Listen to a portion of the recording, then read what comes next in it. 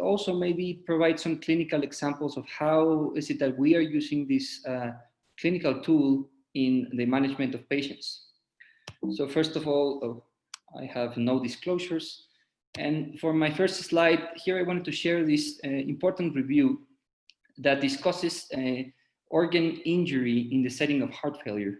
And, you know, when we think about this, we usually focus much more on low cardiac output states, and this leading to tissue hypoperfusion and tissue ischemia. However, it is relatively frequent that we ignore the much more profound and much more prevalent adverse effects of increased central venous pressure and the transmission of this pressure into the abdominal organs, leading to congestive organ injury. For example, congestive hepatopathy with increased bilirubin, or the type 1 cardiorenal syndrome caused by a type of intracapsular tamponade. And so, you know, evaluating venous congestion becomes much more relevant in the setting of organ dysfunction, because being able to precisely assess the severity of this congestion can tell us whether this organ injury is likely to be caused by congestion itself or not. And so, as you all know, the first step in evaluating venous congestion using ultrasound, well, it's looking at the IVC. I'm sure you are all very familiar with this, so I'm not going to dwell too much on it. Here on the left, I show a normal IVC in both the long and short axis with a complete inspiratory collapse. And on the other side, here on the right, you can see a congestive or plethoric IVC with an increased diameter greater than 2 centimeters and with almost no to minimal respiratory variation. However, if you want to go beyond the IVC and actually evaluate the severity or grade the severity of venous congestion, you'll have to be able to analyze normal and abnormal patterns of flow in the central and peripheral veins. And so, for example, we all know of course, flow in the arterial side is pulsatile. So we have a systolic and a diastolic pressure. And this pulsatile flow becomes attenuated as one moves further away from the left ventricle. And so attenuation of this pulsatility is a function of the aortic wall, because it has some distensibility, but it's also a function of the imposed resistance by the arterioles.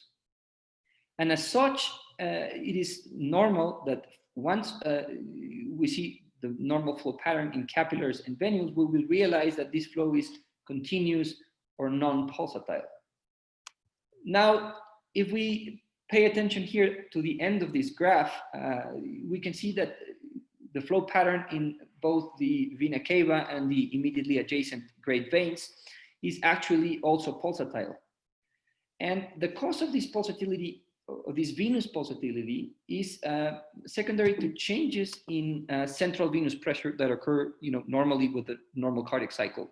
So, I mean, as you all know, we have the CVP waveform, in which we have an A wave that occurs during atrial contraction or atrial systole, a normal X descent, which occurs during right ventricular contraction or right ventricular systole, and a normal Y descent that happens during right ventricular relaxation or right ventricular diastole.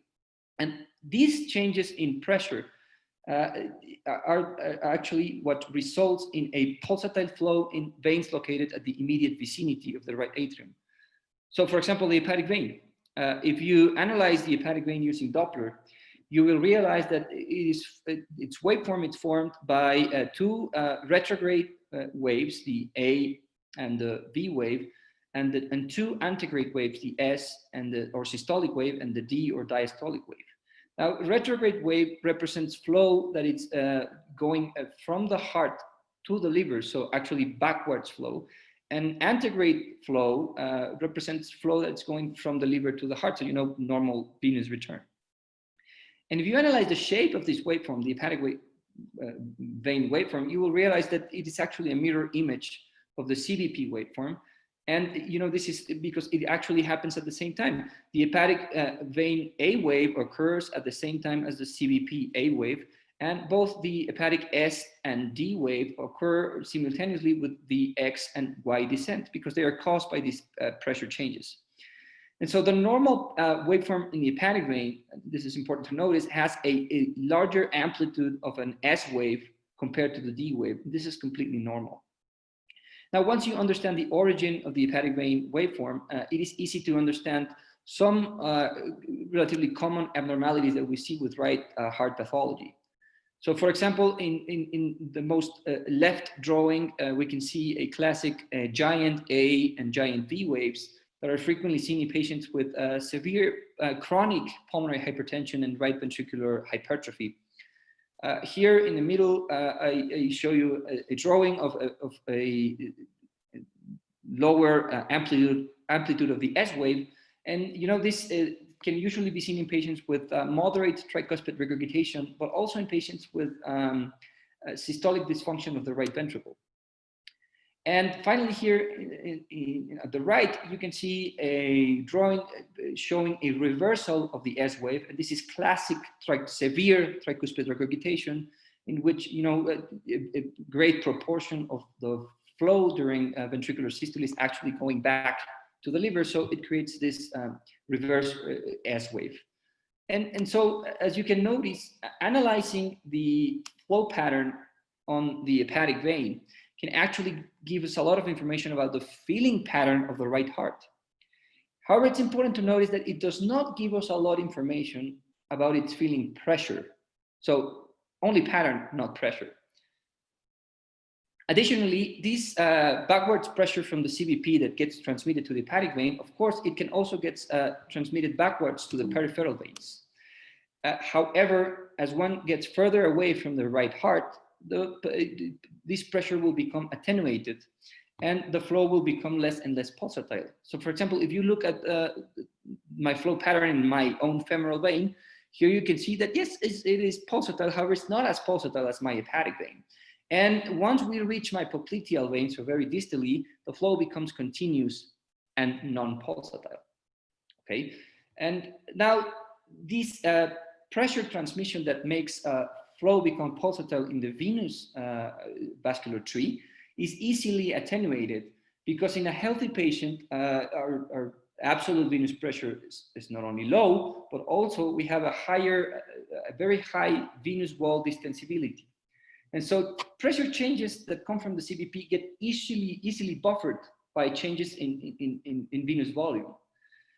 On the other hand, if we look at what happens in patients with severe venous congestion and heart failure, well, not only do they have an absolute increase in venous pressure, but also their veins are now fully distended and can no longer buffer these pressure changes coming from the CVP. And so pressure is easily transmitted from the right atrium to the peripheral veins, reaching the venules and might even reach the capillary beds. And we can see this happening in patients with chronic venous insufficiency. For example, if we look at patients with peripheral chronic venous insufficiency with severe disease like CF class 4, class 6, most of them or all of them will show a pulsatile flow on their saphenous vein, but this does not happen on healthy patients. So yes, evaluating pulsatile flow in peripheral veins of the lower extremities can give us information about what I call peripheral venous congestion. However, if you want to assess systemic venous congestion, that is congestion occurring in the setting of heart failure, one of the most useful veins to evaluate is actually the portal vein. And here is why. So as we saw before, normal retrograde pulsatile pressure from the CVP gets easily transmitted to the hepatic vein, and this causes pulsatile flow in the hepatic vein. However, this gets rapidly cushioned by the venous wall distensibility of the liver veins. And it also gets dissipated by the resistance opposed by these sinusoid or capillaries in the liver. And so by the time this pressure should reach the portal vein, it's no longer there. This pressure does not reach the portal vein. And this is what causes, or what explains that normal portal vein flow is actually non-pulsatile or continuous. So as you can see here, this is a normal patient with a normal hepatic vein flow that is absolutely pulsatile with an S greater than D wave. But if you look, this pressure is not transmitted to the portal vein through the hepatic sinusoid, and we have a continuous non-pulsatile flow. On the opposite side, if we see a patient with severe congestive heart failure, biventricular dysfunction, and severe venous congestion, well, we see this patient has first severe tricuspid regurgitation because he shows a reversal of the S wave, but also we can see how this pressure is easily transmitted through the hepatic sinusoid into the portal vein, causing pulsatile portal flow. And now the first time that pulsatile portal flow was described in patients with heart failure was actually in patients with tricuspid regurgitation. And this was back in 1990, and it was published in a radiology journal. So this was mostly an interesting radiological finding that the radiologists found in patients with heart failure. However, it took us almost 30 years to start using this tool at the bedside.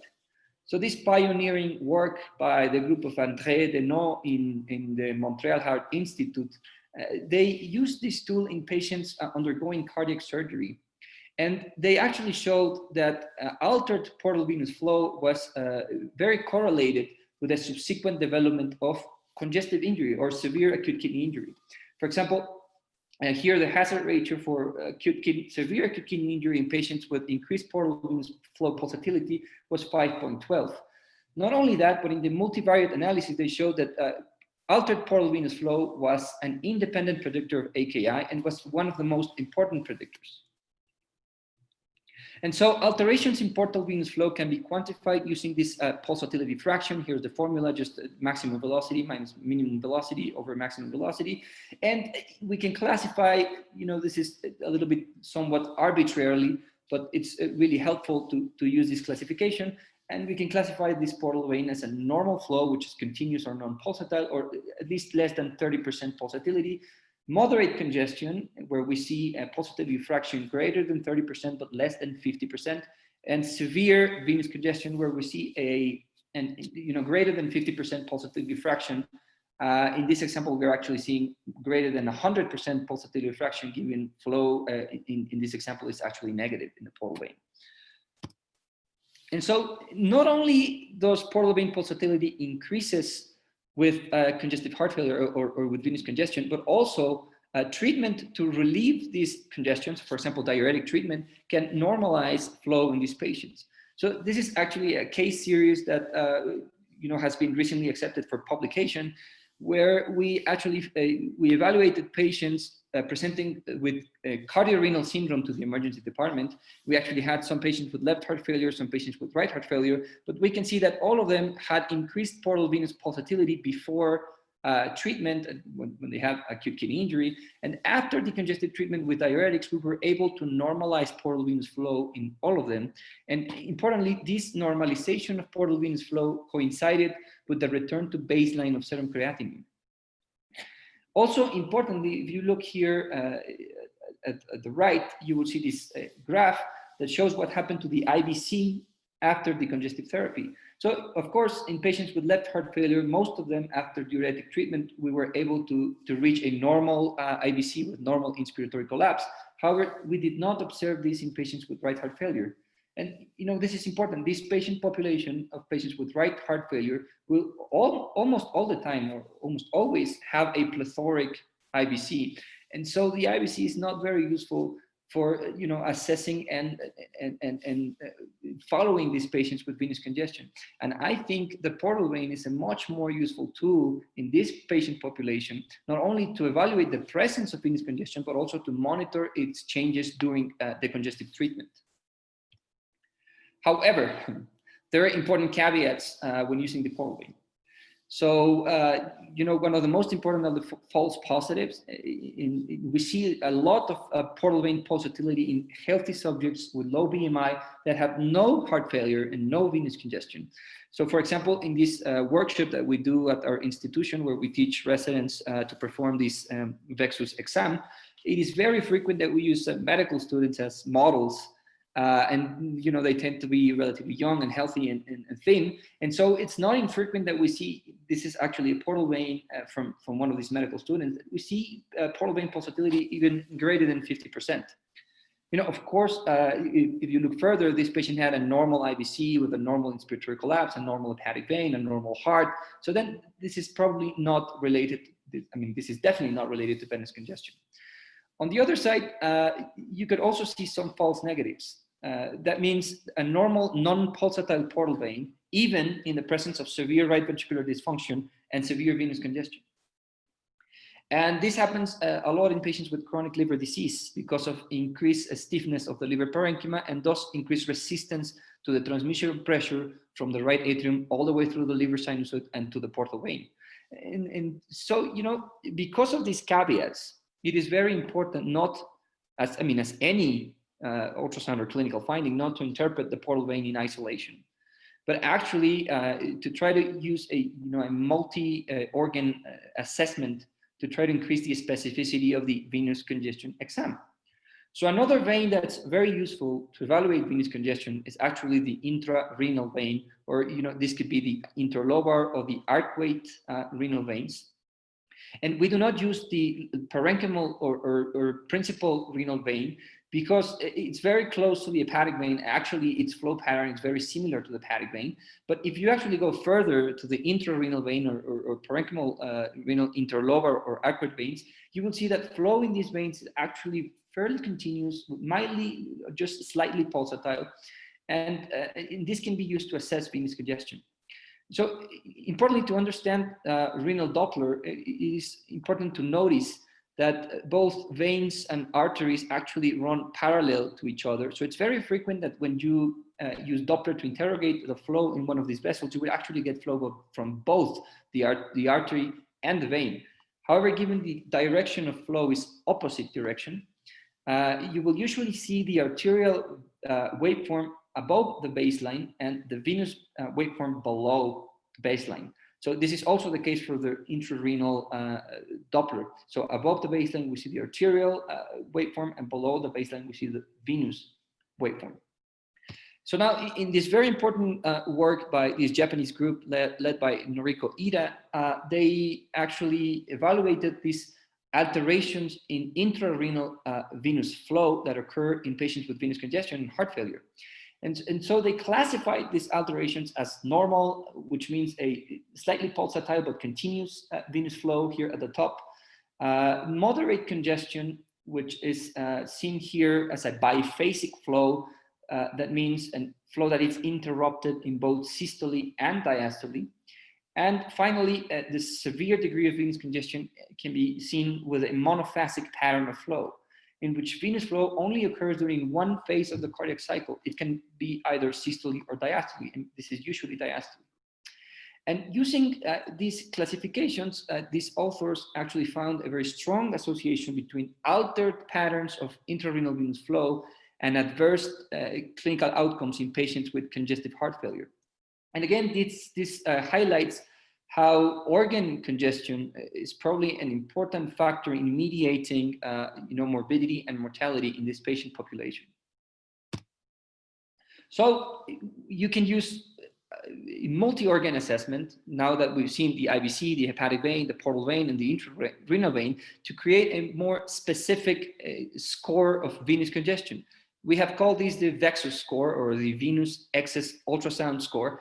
And you can go all the way from 0, where there's a normal IVC and normal flow patterns in the hepatic, portal, and intra-renal veins, all the way to VExUS 3, where we have a plethoric IVC and severe alterations in the flow patterns of the hepatic, the portal, and the intra-renal vein. Now, this is a very recently published paper using this score, using this multi-organ assessment of venous congestion, also in the same group of patients undergoing cardiac surgery. It was shown to have increased specificity than each of its individual components, so better than the portal, hepatic, or renal vein by its own, but it also outperformed the CVP, the actual measurement on the CVP, and its predicting ability to detect acute kidney injury. And the fact that it outperformed the CVP, kind of highlights the fact that what matters for the development of congestive organ injury is not only the absolute CVP value, but also the transmission of this pressure all the way to the abdomen and to the abdominal organs.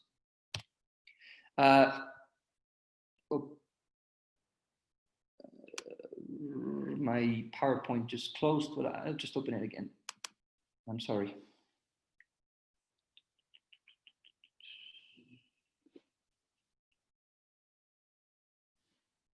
Here we go. Share screen. Share.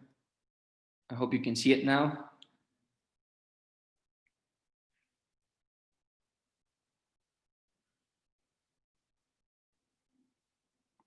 Okay.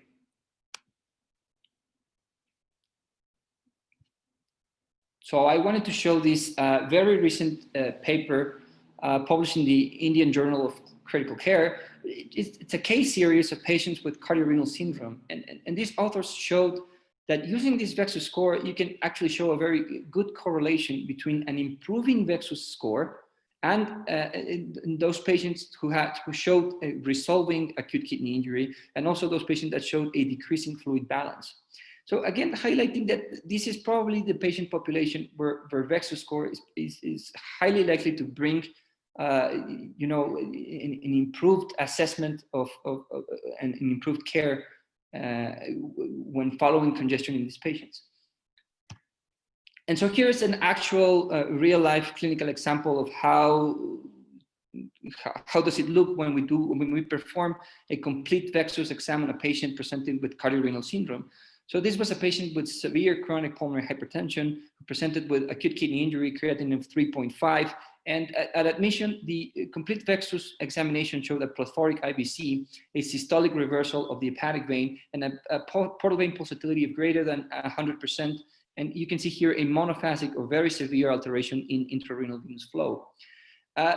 You know, the patient was hemodynamically stable. We tried to give him diuretics, but produced very little urine. And because of severe hyperkalemia, we called nephrology. We started hemodialysis. And after 2-liter ultrafiltration, we can see already an improvement on these venous alterations. So, you know, the IVC is still plethoric. That did not change. But we now do not see anymore the S reversal. We now see an S of lower amplitude than the D wave, a portal vein pulsatility that improved all the way to 45%. And now we see a biphasic flow on the intra-renal vein. So already much better. And then the patient started producing urine, and with the help of some IV Lasix, we could get the patient all the way to negative 15 liters.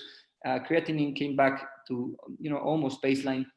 And final assessment, when I saw this patient in the clinic, you know, the IVC is persistently plethoric as this patient has chronic pulmonary hypertension, but now we have a normal hepatic vein waveform, a normal portal vein waveform with a continuous non-pulsatile flow. And, you know, it's still a little bit altered intrarenal flow with a biphasic pattern, but definitely much better than when we originally met this patient.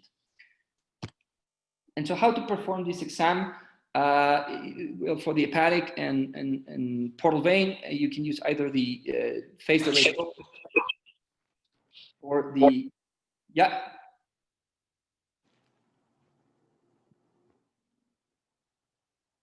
Okay, so you can use either the phased array probe or the curvilinear probe, and you can set your ultrasound machine to the abdominal settings, and you place this probe on the mid-axillary line. Here you will reveal the liver. You'll see this big hepatic vein, and you know, perpendicular to it, you will see the portal vein.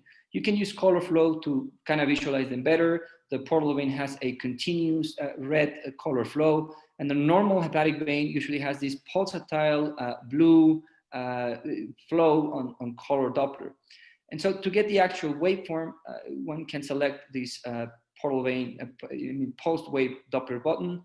You put the gate inside of the blood vessel, and you ask the patient to hold the breath, and then you press the button again, and you will get this, you know, nice hepatic vein waveform tracing, which is composed, you know, normally of the S, the D wave, and the A waves. You can do the same thing for the portal vein. Now you just set the gate inside of the portal vein, and you press the pulse wave Doppler button again, and here you see this is a normal patient with a normal portal vein waveform, just, you know, a little bit pulsatile, but this is less than 30% pulsatility, which is completely normal in a healthy patient. Now, for evaluating the intra-renal Doppler, you displace the probe a little bit posteriorly, and here you will reveal this long axis of the kidney. And here is where you perform the exam. But first, I would suggest to switch to renal mode, because this actually lowers the color scale to about 16 centimeters per second. And this allows me to see lower velocity flows. So here I'm showing the iliac vessels, and if you displace a little bit posteriorly, you will reveal these intra-renal vessels, which are the ones you want to evaluate. And so here you select a couple of arteries and veins that look good here. You ask the patient again to hold the breath, and you press the pulse wave Doppler button. And here you have a normal renal waveform with arterial waveform on the top and the normal venous waveform on the bottom. And this waveform is, mildly pulsatile, slightly pulsatile, but still continuous and non-interrupted, which is considered normal. And so, I wanted to go ahead and tackle some frequently asked questions that I have gotten when I've given this lecture previously. And I hope they will help you understand VExUS better and actually help you interpret these alterations better in the clinical setting. So, one of the most frequent questions we get is it worth it to VExUS a patient that has a normal IVC? And the answer is no, of course not. A patient with a normal IVC is very unlikely to have severe venous congestion or venous congestion. And so, if you go ahead and do VExUS and you find some alterations, it is most likely that they represent false positives rather than true venous congestion. Because the first step in venous congestion is actually a plethoric IVC.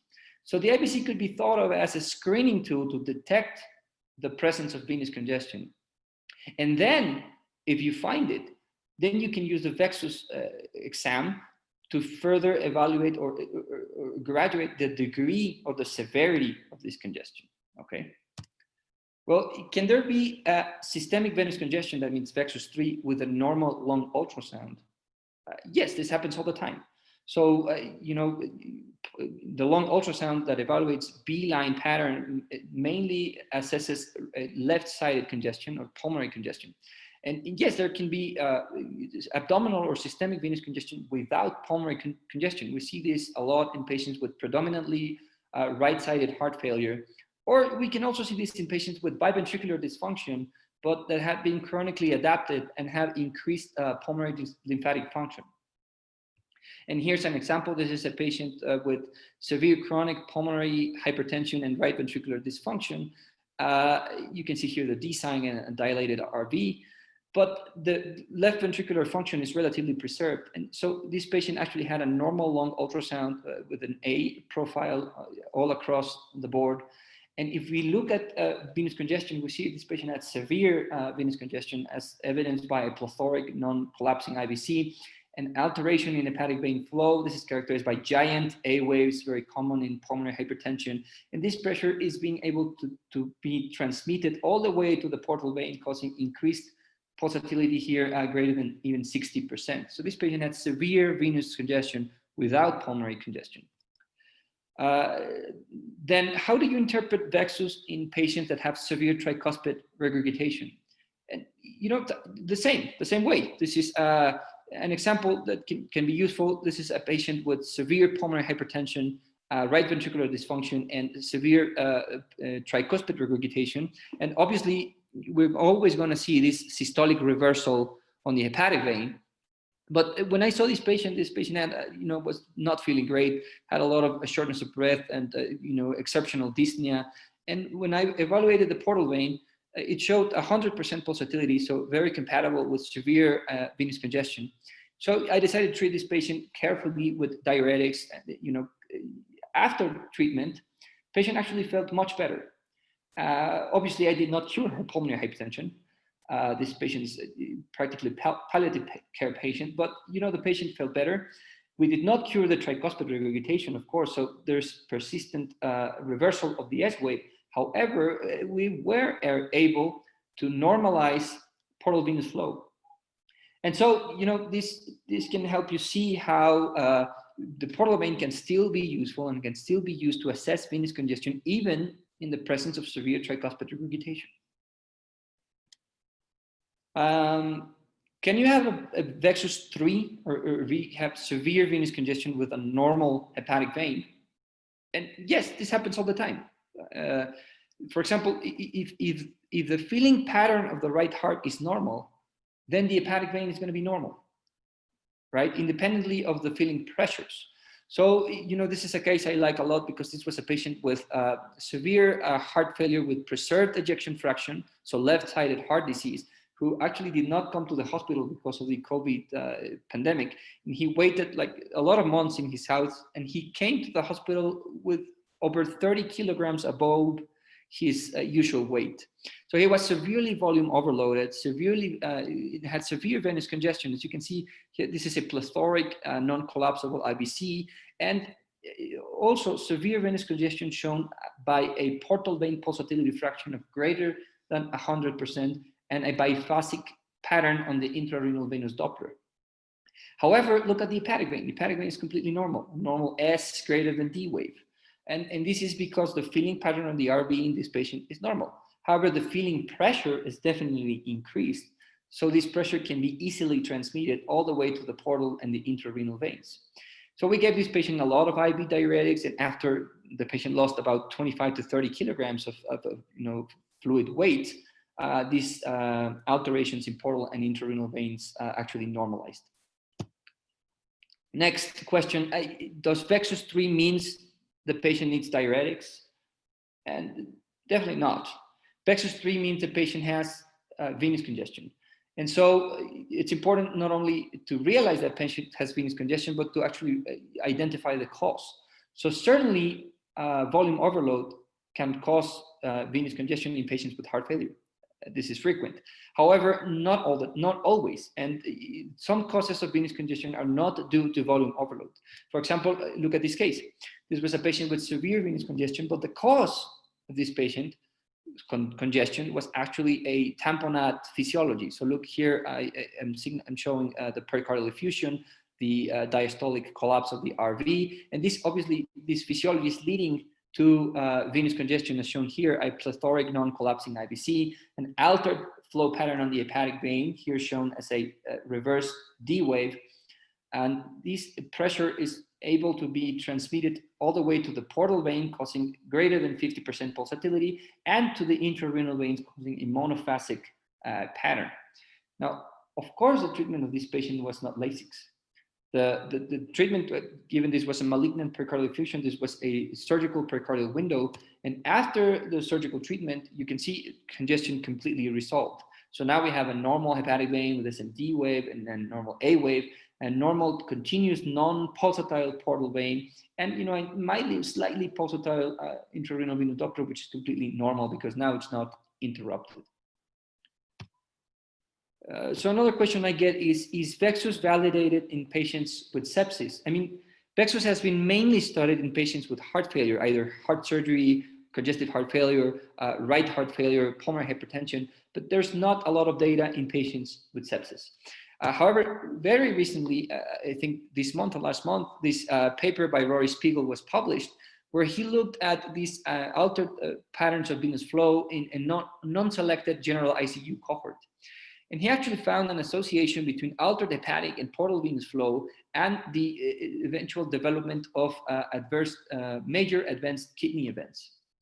And so the authors of this study actually conclude that the portal and hepatic veins can potentially identify patients at risk for renal injury, and that it is likely indicative of increased right atrial pressure. It could perhaps identify patients in whom fluid resuscitation should be limited or should be stopped. I would say it could even identify patients in who they have to be de-resuscitated. However, in order to make this conclusion, we definitely need further research in this patient population. So, as VExUS has been mainly studied in patients with heart failure, well, it's important to realize that you will always find this patient with congestive heart failure who will also happen to be septic. And I see no problem in using VExUS to evaluate venous congestion in this patient population. Finally, does VExUS give me more information than just looking at the IVC? And I think we discussed this a little bit previously, but I wanted to exemplify this with the two clinical cases.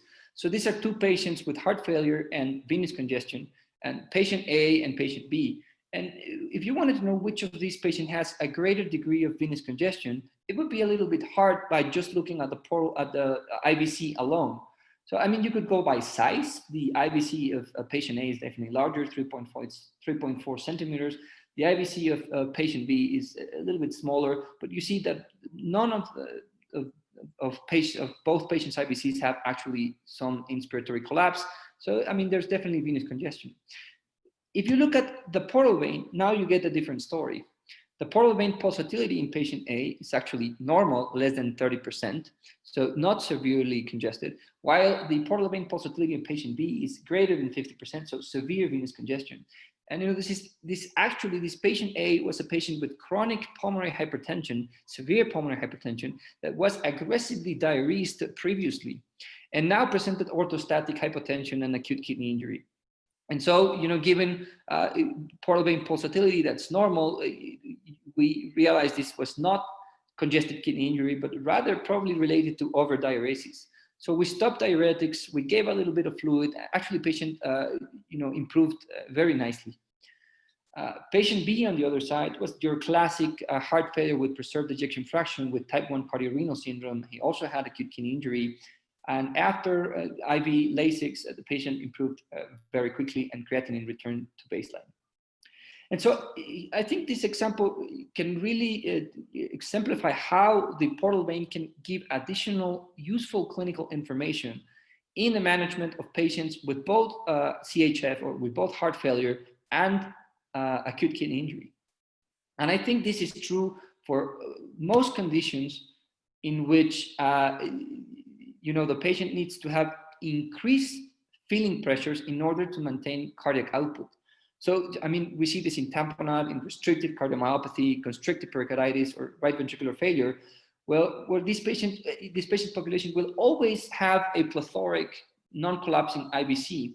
That's normal, that's the baseline. Very rarely can you diurese to a normal IVC.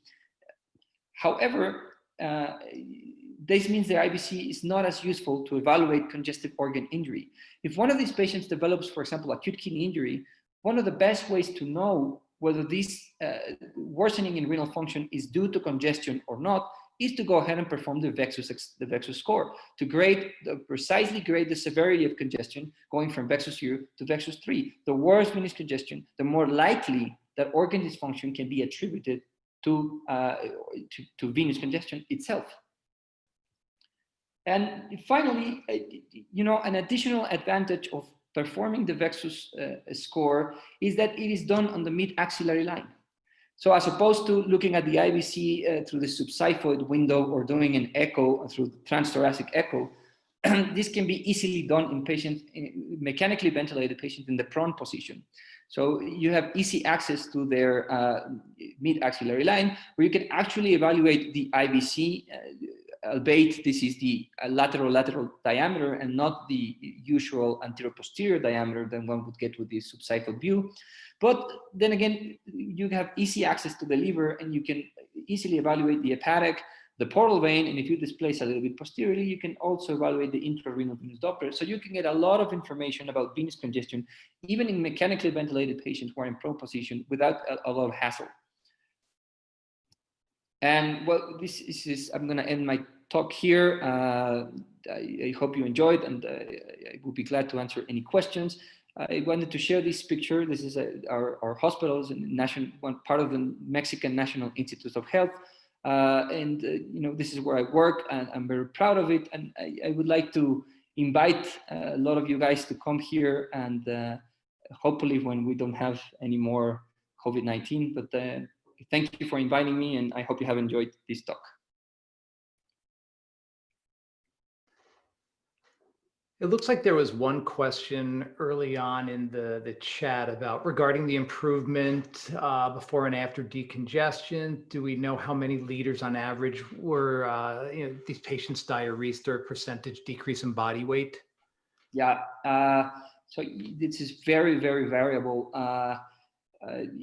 Patients with left heart failure usually come to the hospital very soon when they are congested because they have pulmonary symptoms. So they usually decongest after 5-6 liters in my experience, but this can vary a lot. I mean, I've seen patients that, like this patient I showed, that had 30 plus kilograms above his usual weight.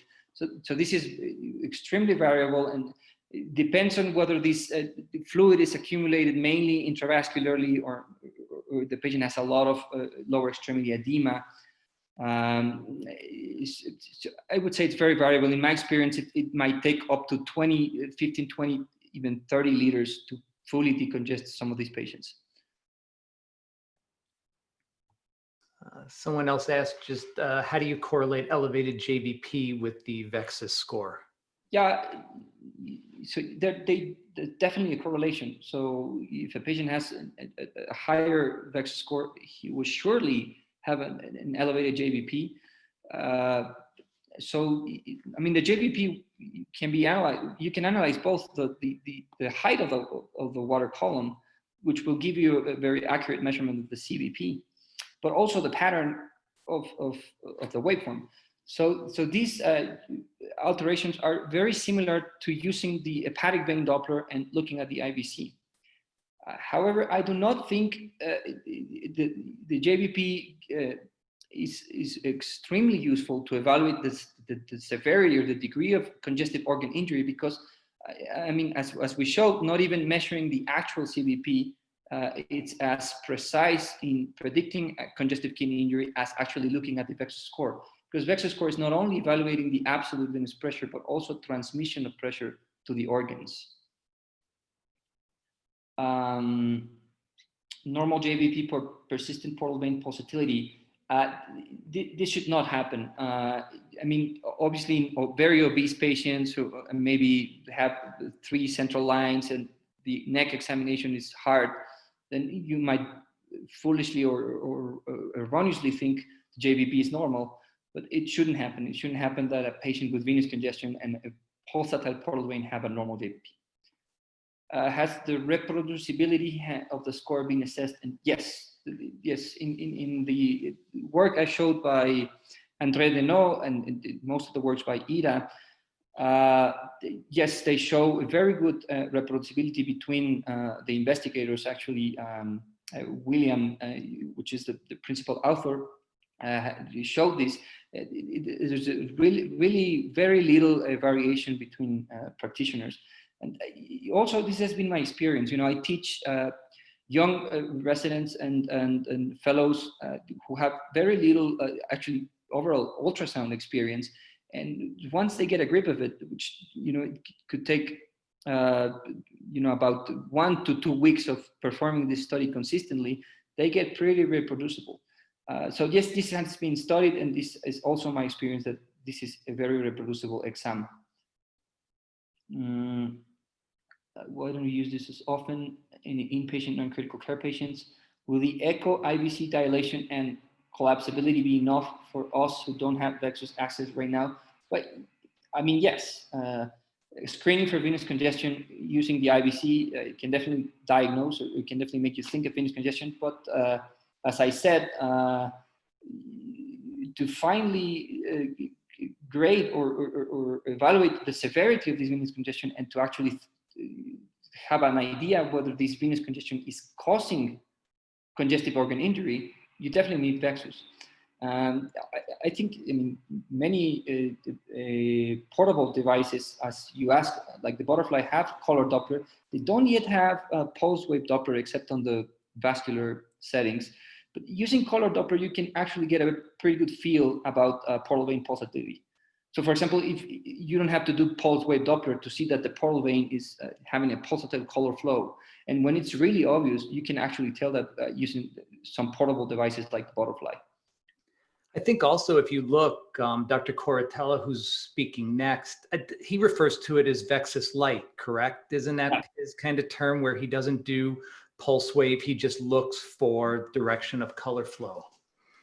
Yeah, that's true. Actually, I think this VExUS light term was coined by Philippe Rolla, and I mean, yes, you can use it. I have a lot of colleagues that don't have access to a full POCUS machine with pulse wave Doppler. They have their own Butterfly machines, and they send me a lot of images. And you know, sometimes you can really easily tell whether this is a VExUS 3 or a VExUS 0. I mean, maybe it's harder to tell in the in-betweens. For reasons in your experience, how practical has been to get these measurements reliable. It's fairly easy. You know, with some exceptions, patients with severe respiratory distress who are very tachypnic and who will not cooperate by holding or by doing a breath hold, this is impossible. So, I mean, you can try to catch the motion of the liver secondary to diaphragmatic respiration and try to align your gait so that it coincides with the vessel at end expiration. And then you just pulse it and hope that while the patient is breathing, it will give you enough cardiac cycles so that you can get some interpretation. And this can sometimes be done, especially if patient is tachycardic and it's not in severe respiratory distress. But if the patient is bradycardic, I mean, heart rate of 45, 50, then it becomes impossible. Thank you for the cool thing. Oh, great. Thanks, Vicky. Yeah. I think I don't see any further questions. But I have to say, congratulations. Like, honestly, this is like, I think for all the students on the call, like using ultrasound is not just a question of, you know, looking for a picture. It's to understand every person's physiology is slightly different. And the cool thing, I think what Dr. Rios has done is to customize our right-sided physiology, right-side heart physiology to ultrasound findings, which is just amazing. I think it's just, it just pushes this to a whole other level. Yes, we can be kind of blunt diagnosticians, but if we can be really sophisticated diagnosticians, I think we take much better care of our patients. So super, super work. Yeah, absolutely. I agree 100%. And I think, I mean, as any clinical tool should be interpreted on the overall context of physiology and pathophysiology. So this ability to look at alterations in venous flow can really give us a lot of information about what's going on with the patient's right heart. And eventually, as you start, you know, understanding these alterations and putting in the right clinical context, you can really make important decisions about patient care. And, you know, really easy, really non-invasive. I think this, as this tool becomes increasingly more studied, we will start seeing, hopefully we'll see improved patient outcomes by using this tool. One question I have, how specific are you when you're reporting these in terms of grade 0, 1, 2, and 3? In the original study that they published, they also have VExUS A, B, C, D, and E, which I could share that and pull that up. I mean, do you say that it's, let me see if I can share that. Would you say that this is a VExUS B grade 2, or do you just refer to it as grade 2? And are there any differences you found between grade 2s in A, B, or C? I don't actually use the VExUS score like it is. I mean, this score was set out to validate or to predict the presence of acute kidney injury, but not necessarily does it correlate with the actual physiology of the patient and the actual degree of congestion. So, you know, I believe you can have like I showed you, I can have a completely normal hepatic vein and a very positive portal vein. So I would call that a severe venous congestion. So I usually report the individual findings more than the score. So I say IVC is plethoric, normal pattern on the hepatic vein, a portal vein pulsatility of 70%, and a monophasic flow on the intra-renal venous Doppler. And then I will add a little assessment. So in the context of this patient that has chronic pulmonary hypertension and present with acute kidney injury, the most likely cause of this organ injury is probably venous congestion, and I would suggest careful diuresis. So I go ahead and give a little bit more information and not just report a number on the VExUS score.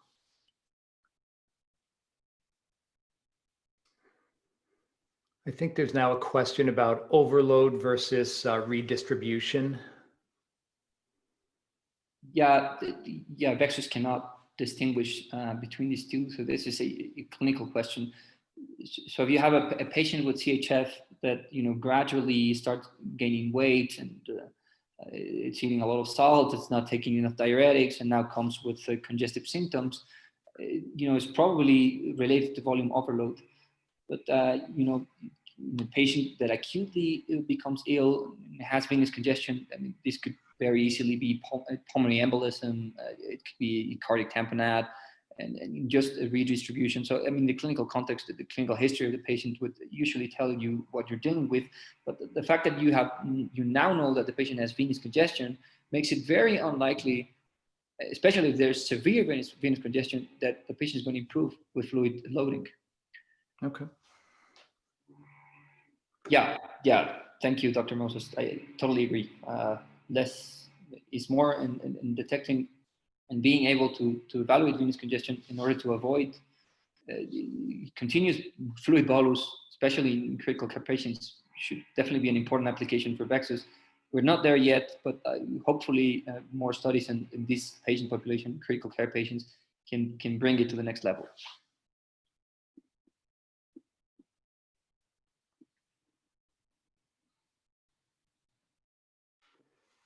So I want to thank you for giving this talk. I think if you're not following Dr. Argaiz on Twitter, you definitely should be. And also you publish a lot also at criticalcarenow.com, right? Wouldn't those be the two places to find your work in social media and online? Okay. All right. I mean, if everybody's okay with it, we could go into our next lecture now. I think I see Dr. Koratala on there. Let me share.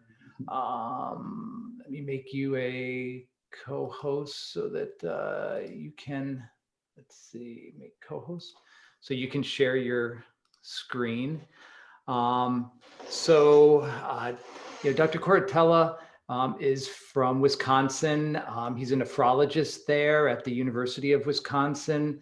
And I think you probably better know him as POCUS.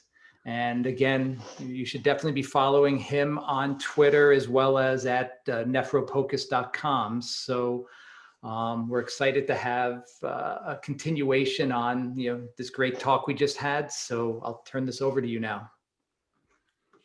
Thank you, Dr. Jones, for the invitation and for the kind introduction. Is my voice clear?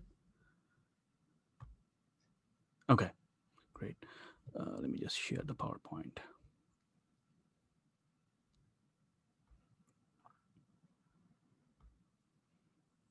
Okay, great. So the talk is about POCUS in acute kidney injury, looking beyond the renal collecting system. So it's to essentially challenge the notion that point of care ultrasound and AKI is mainly just to exclude the hydronephrosis. There is much beyond that. And I do not have any disclosures or conflicts of interest. So first, what's acute kidney injury? Obviously, we know that it's acute dysfunction of the kidney, but actually there exists a definition. You would probably see these grades only in the nephrology note and nowhere else. But so in general, AKI is increase in serum creatinine, the absolute value, by more than or equal to 0.3 milligram per deciliter in the preceding 2 days. Or the most commonly used or accepted definition actually is increase in serum creatinine to more than or equal to 1.5 times the baseline. That is presumed to occur within the past 7 days. And you can also go by the urine volume, especially when you don't know the baseline serum creatinine. Urine volume less than 0.5 ml per kg per hour for 6 hours is still considered AKI. And this staging, you commonly see in the note, it's just a way of saying how severe AKI is. It has prognostic implications, but largely consensus-based rather than randomized control trial-based data. But regardless, so stage 1 is 1.5 to 1.9. So 1.5 to 1.9 times the baseline.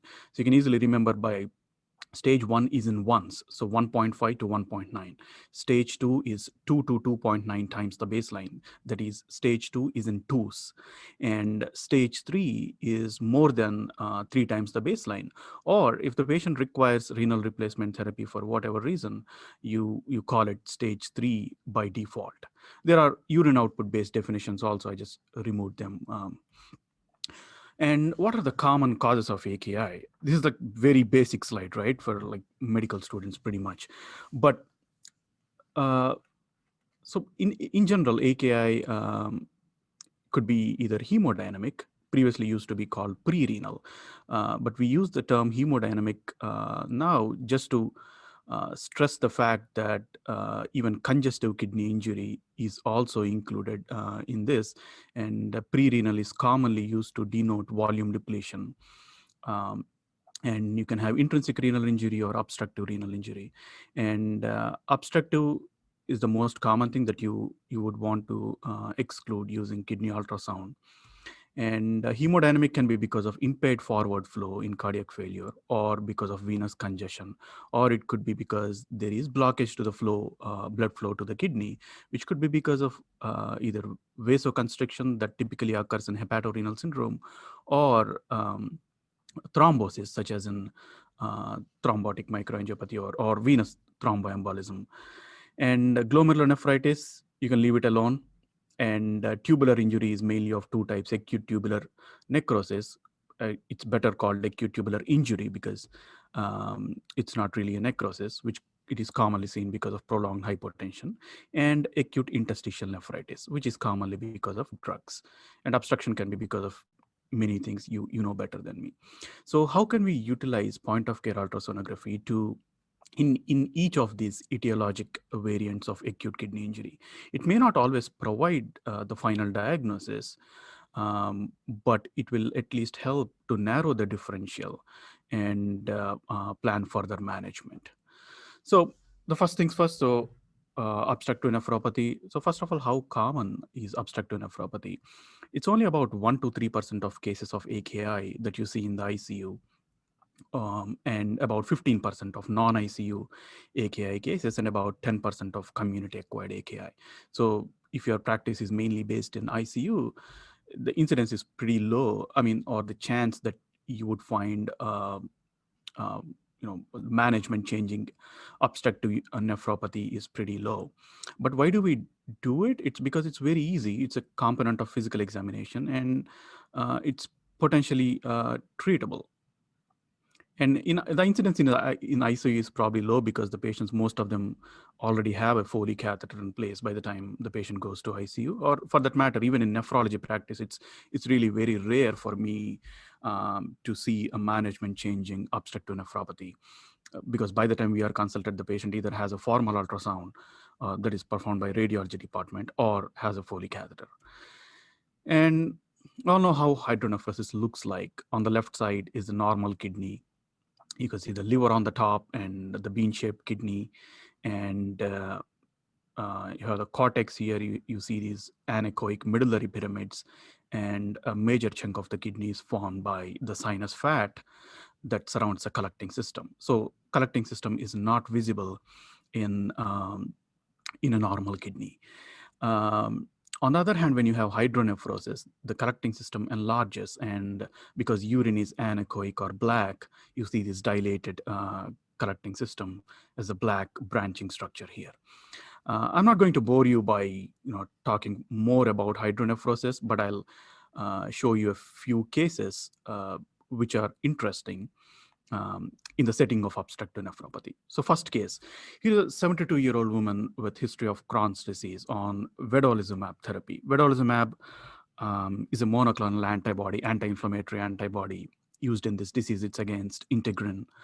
But anyway, she also has hypertension and CKD stage 3 with baseline creatinine of about 1.4. And she presented with AKI with a serum creatinine of 5.8. Ultrasound was done, and it shows that there is some maybe mild to moderate hydronephrosis of the right kidney. And also you probably see a small simple cyst. Other than that, really nothing remarkable. And left kidney also shows some, you can say mild hydronephrosis or some dilatation of the calyceal system. And nothing was really found in the bladder. But the patient was not really improving with the patient got a Foley catheter, and the creatinine was not improving that much as expected. A renal ultrasound was repeated. And here again, you see this moderate hydronephrosis in the right kidney. You see something here, like it looks pretty much like you would see a descending aorta in a plaques view of the heart. So some funny thing here. But on the left side, you can see this odd thing better. So you do have some hydronephrosis, but you see something around the kidney that is of heterogeneous echogenicity that seems to be engulfing the left kidney.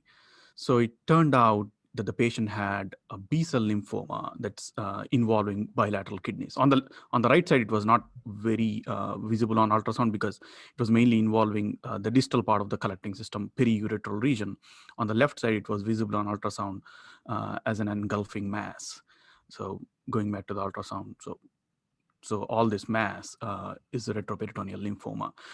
So the point from this case is, I mean, don't hesitate to repeat ultrasound when you're in doubt. I mean, it's just a physical examination, as you would auscultate every day. Just you can, whenever, I mean, obviously whenever there is an indication or when things don't go as you expect, repeat ultrasound, and also look around the kidney. It's not just looking at the collecting system, but also around the kidney, you might get some diagnostic clues. And interestingly, in this case, I mean, there was a CT scan available from 1 year ago, and it was clean. And this monoclonal antibody could have a role in causation of B-cell lymphoma. And another case, here's a 64-year-old male with no known medical history, otherwise healthy, presents with a creatinine of 10.5. He was still making, he was never really oliguric. And the initial kidney ultrasound shows, I mean, fine. I mean, it's really nothing that remarkable. Maybe length is a little lower. I don't have the scale here. This is one of my case reports. I couldn't find the original files, but so the parenchymal thickness seems to be relatively preserved, and there is no frank hydronephrosis. The arrows point to maybe a little bit, prominent collecting system. Other than that, really nothing remarkable. And the patient's creatinine also was not improving, and actually he complained of some abdominal pain for which a CT scan was obtained. And what it showed is periaortic fibrosis and periuretral fibrosis. You can see the periuretral fibrosis better in this coronal view. So this patient had retroperitoneal fibrosis, which was compressing the ureters. Nephrogram was done, and bilateral ureters showed this kind of thinning and narrowing. And the patient got bilateral stent placement, as you can see in this CT image. And surprisingly, the serum creatinine has improved to 1.3 just in 4 days after stenting. Remember, he presented with creatinine of around 10. And there was no hydronephrosis, but still, this is obstructive nephropathy. You can have obstructive nephropathy without hydronephrosis on ultrasound. That's a very important thing to remember. So, and retroperitoneal fibrosis may do this. And also you can see the similar phenomena in patients who are like severely volume depleted at presentation and who may develop hydronephrosis on repeat scans. I saw such patient who had risk factors for obstruction, had some neurogenic bladder, and presented with AKI and hypercalcemia, probably had hypercalcemia induces diuresis, right? So the patient was severely volume depleted. And I mean, we thought he has risk factors for obstruction, but he doesn't have obstruction. But repeat ultrasound showed hydronephrosis after volume depletion. So again, the take-home point, hydronephrosis can present late, or it may not even present, but the patient can still have obstructive nephropathy. Here is another interesting case. A 57-year-old woman presented with fever, abdominal pain, and nausea. And she was found to be hypotensive, had leukocytosis. So, I mean, picture suspicious for sepsis. And CT scan was done in the ER, but it was a CT scan without contrast. It showed mild hydronephrosis bilaterally, but otherwise unremarkable. So the patient was deteriorating. So they performed exploratory laparotomy to find a septic source. But it couldn't really find any obvious source. And the nephrology was consulted for CRRT as usual. Obviously, the patient has AKI, so you always want CRRT. So nephrology gets kidney ultrasound, and this one here shows, I mean, it was similar picture in both kidneys. I just put the right kidney here because it was better visible. So you can see in the transverse axis, you can see this dilated ureter. Here you can see hydronephrosis inside the kidney. It's still mild. But what you see differently is this echogenic material within the collecting system. That's pus in the collecting system.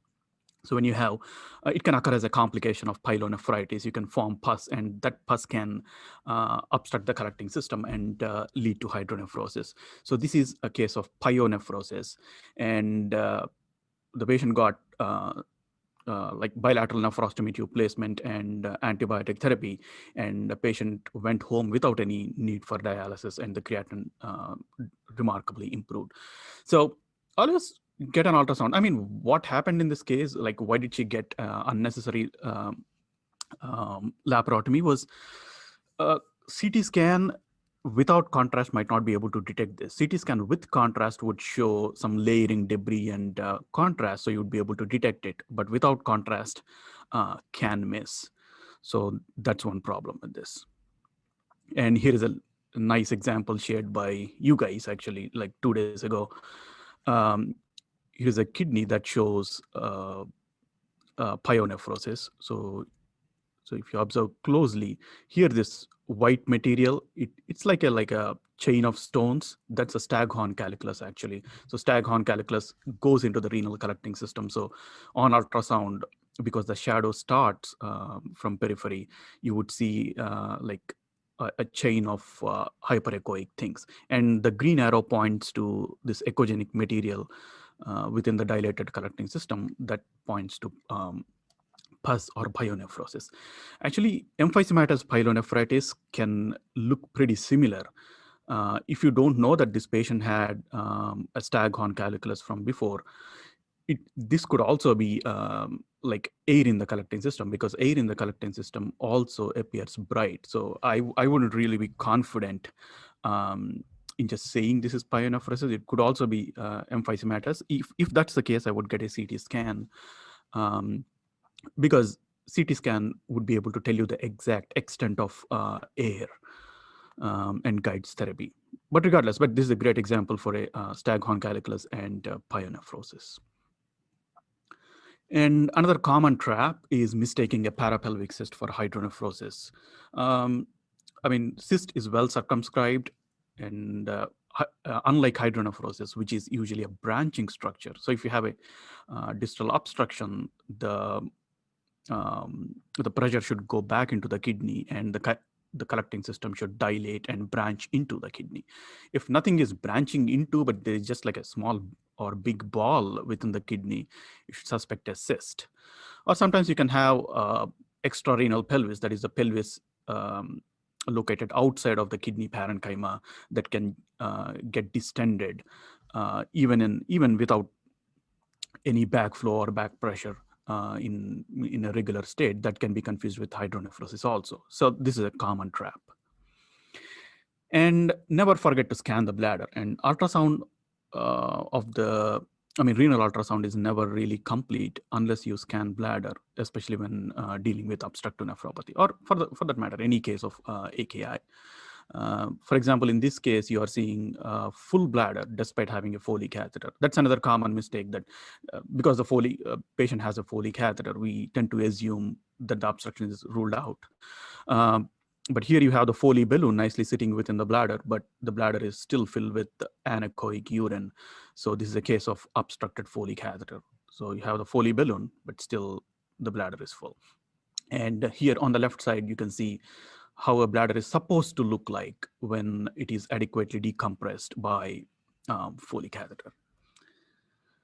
That's the deal with obstructive. So I did not really go into depth. Obviously, you know more than me in like in terms of like various scenarios, stones, obstructing stones, those twinkle artifacts and stuff. But I hope those cases were helpful. And now coming into intrinsic causes of kidney injury. The first thing Ultrasound is pretty non-specific. It cannot diagnose any particular intrinsic cause of kidney injury, but what it can tell you, especially when you don't have a baseline serum creatinine available, is whether this is more likely to be acute kidney injury or more likely to be having some underlying significant chronic kidney disease. For that, you need to look at renal length and parenchymal thickness. So normal renal length is about 10 to 12 centimeters. It varies slightly depending upon your height mainly and also weight. But more or less, it's about 10 to 12 centimeters. It's commonly said that a person who is less than 60 years old will not have a kidney that is less than 9 centimeters. And cortical thickness is from outside of the kidney, like this yellow thing here, to the outer border of the medullary pyramid.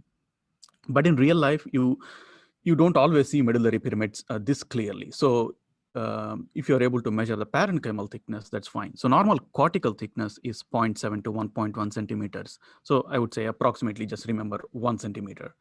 And parenchymal thickness is outer border of the kidney to tip of the medullary pyramid or till you see the sinus fat.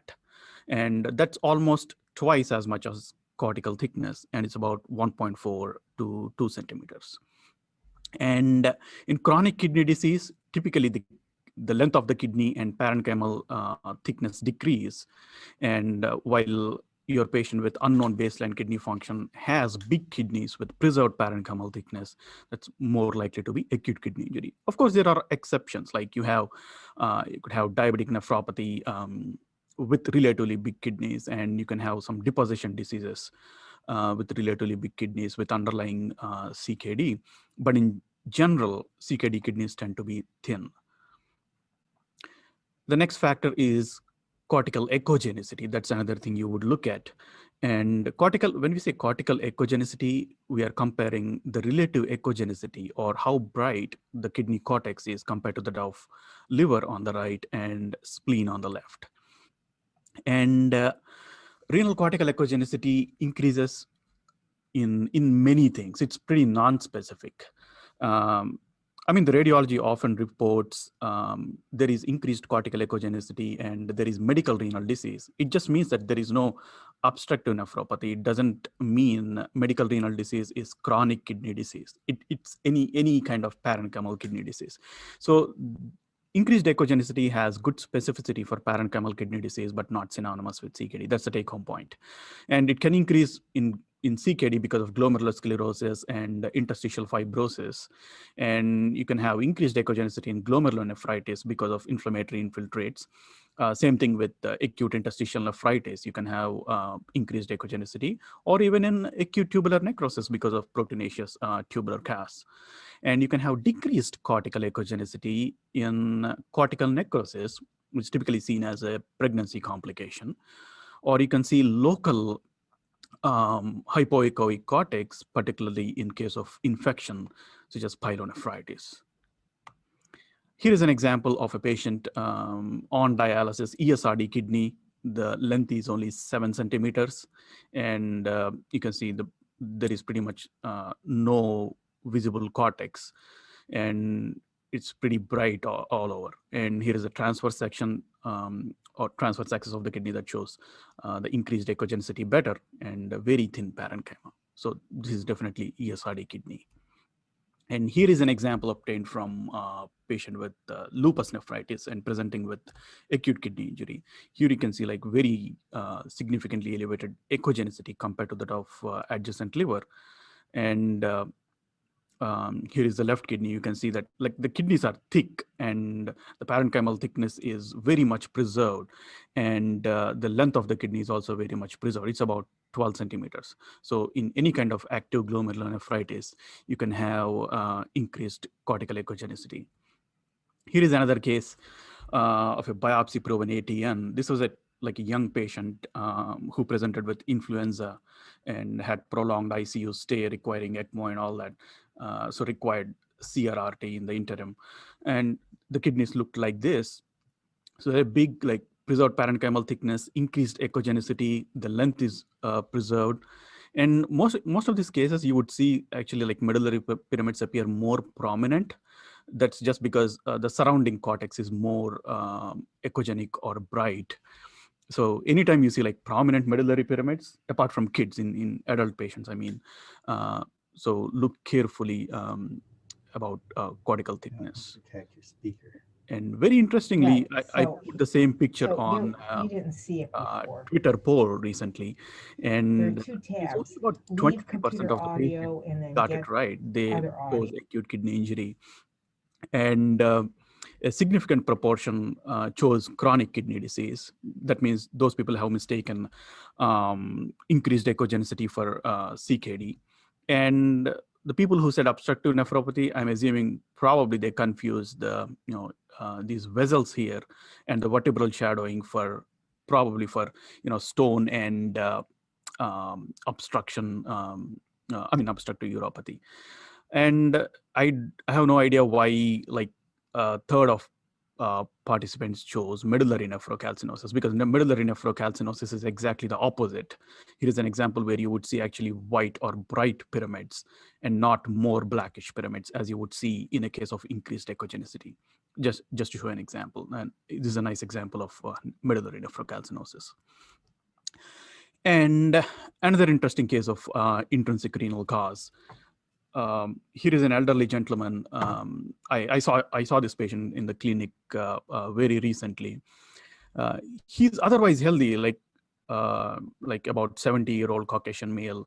Hypertension is also very well controlled. No hypotensive episodes or anything, but presented with AKI. The creatinine rose to like 3 point something when I initially saw him, and the baseline was about 1.1-ish.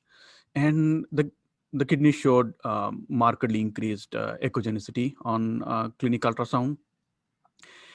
So in my clinic note, I wrote, I suspect the two primary differentials would be either it's a deposition disease, that's common thing that elderly patients present to nephrology clinic with unexplained AKI and found to have like multiple myeloma, or I think it's AIN. So these are the two of my major differentials, though I cannot say based on this non-specific features.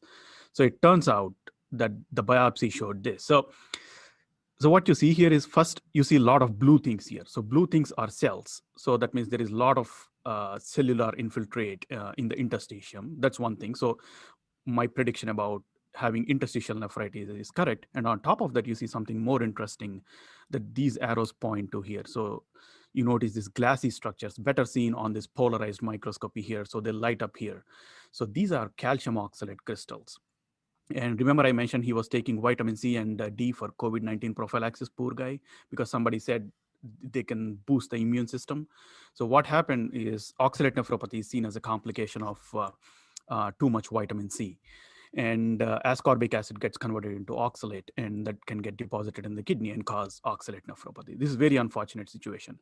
And simultaneously, if you're taking vitamin D and you don't have vitamin D deficiency, it causes hypercalciuria, and that calcium and oxalate passing through the kidney probably led to all this calcium oxalate formation. This is very unfortunate scenario because this anecdotally has poor prognosis, and this patient I started him on steroids for the inflammation component, but didn't really respond and ended up in hospital. We initiated him on dialysis. I hope he recovers, but that's a bad thing. So you need to be aware of this thing, especially in ER setting or even in the ICU setting. There are case reports where in some ICUs, patients received IV vitamin C and patients developed oxalate nephropathy. Okay.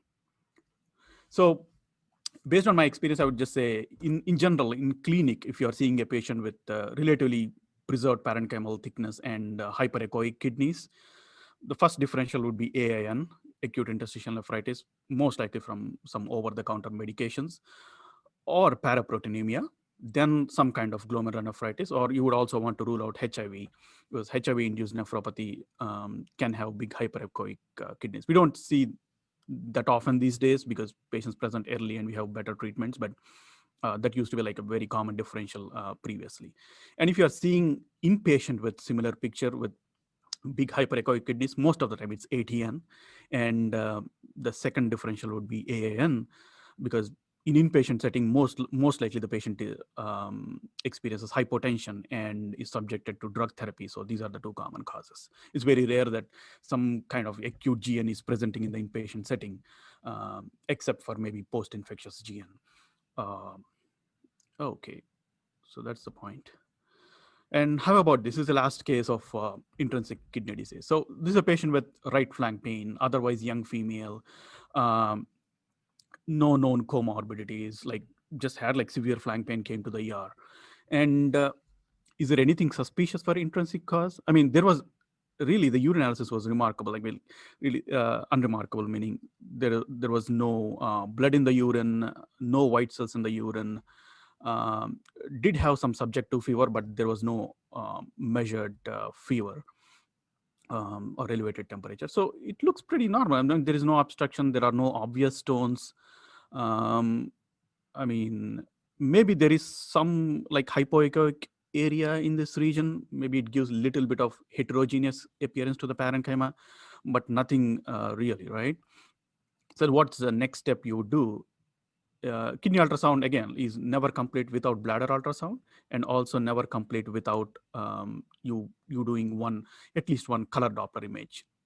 So the color Doppler image shows this spectacular pattern where there was blood flow only to one part of the kidney, and the top portion of the kidney is completely bloodless.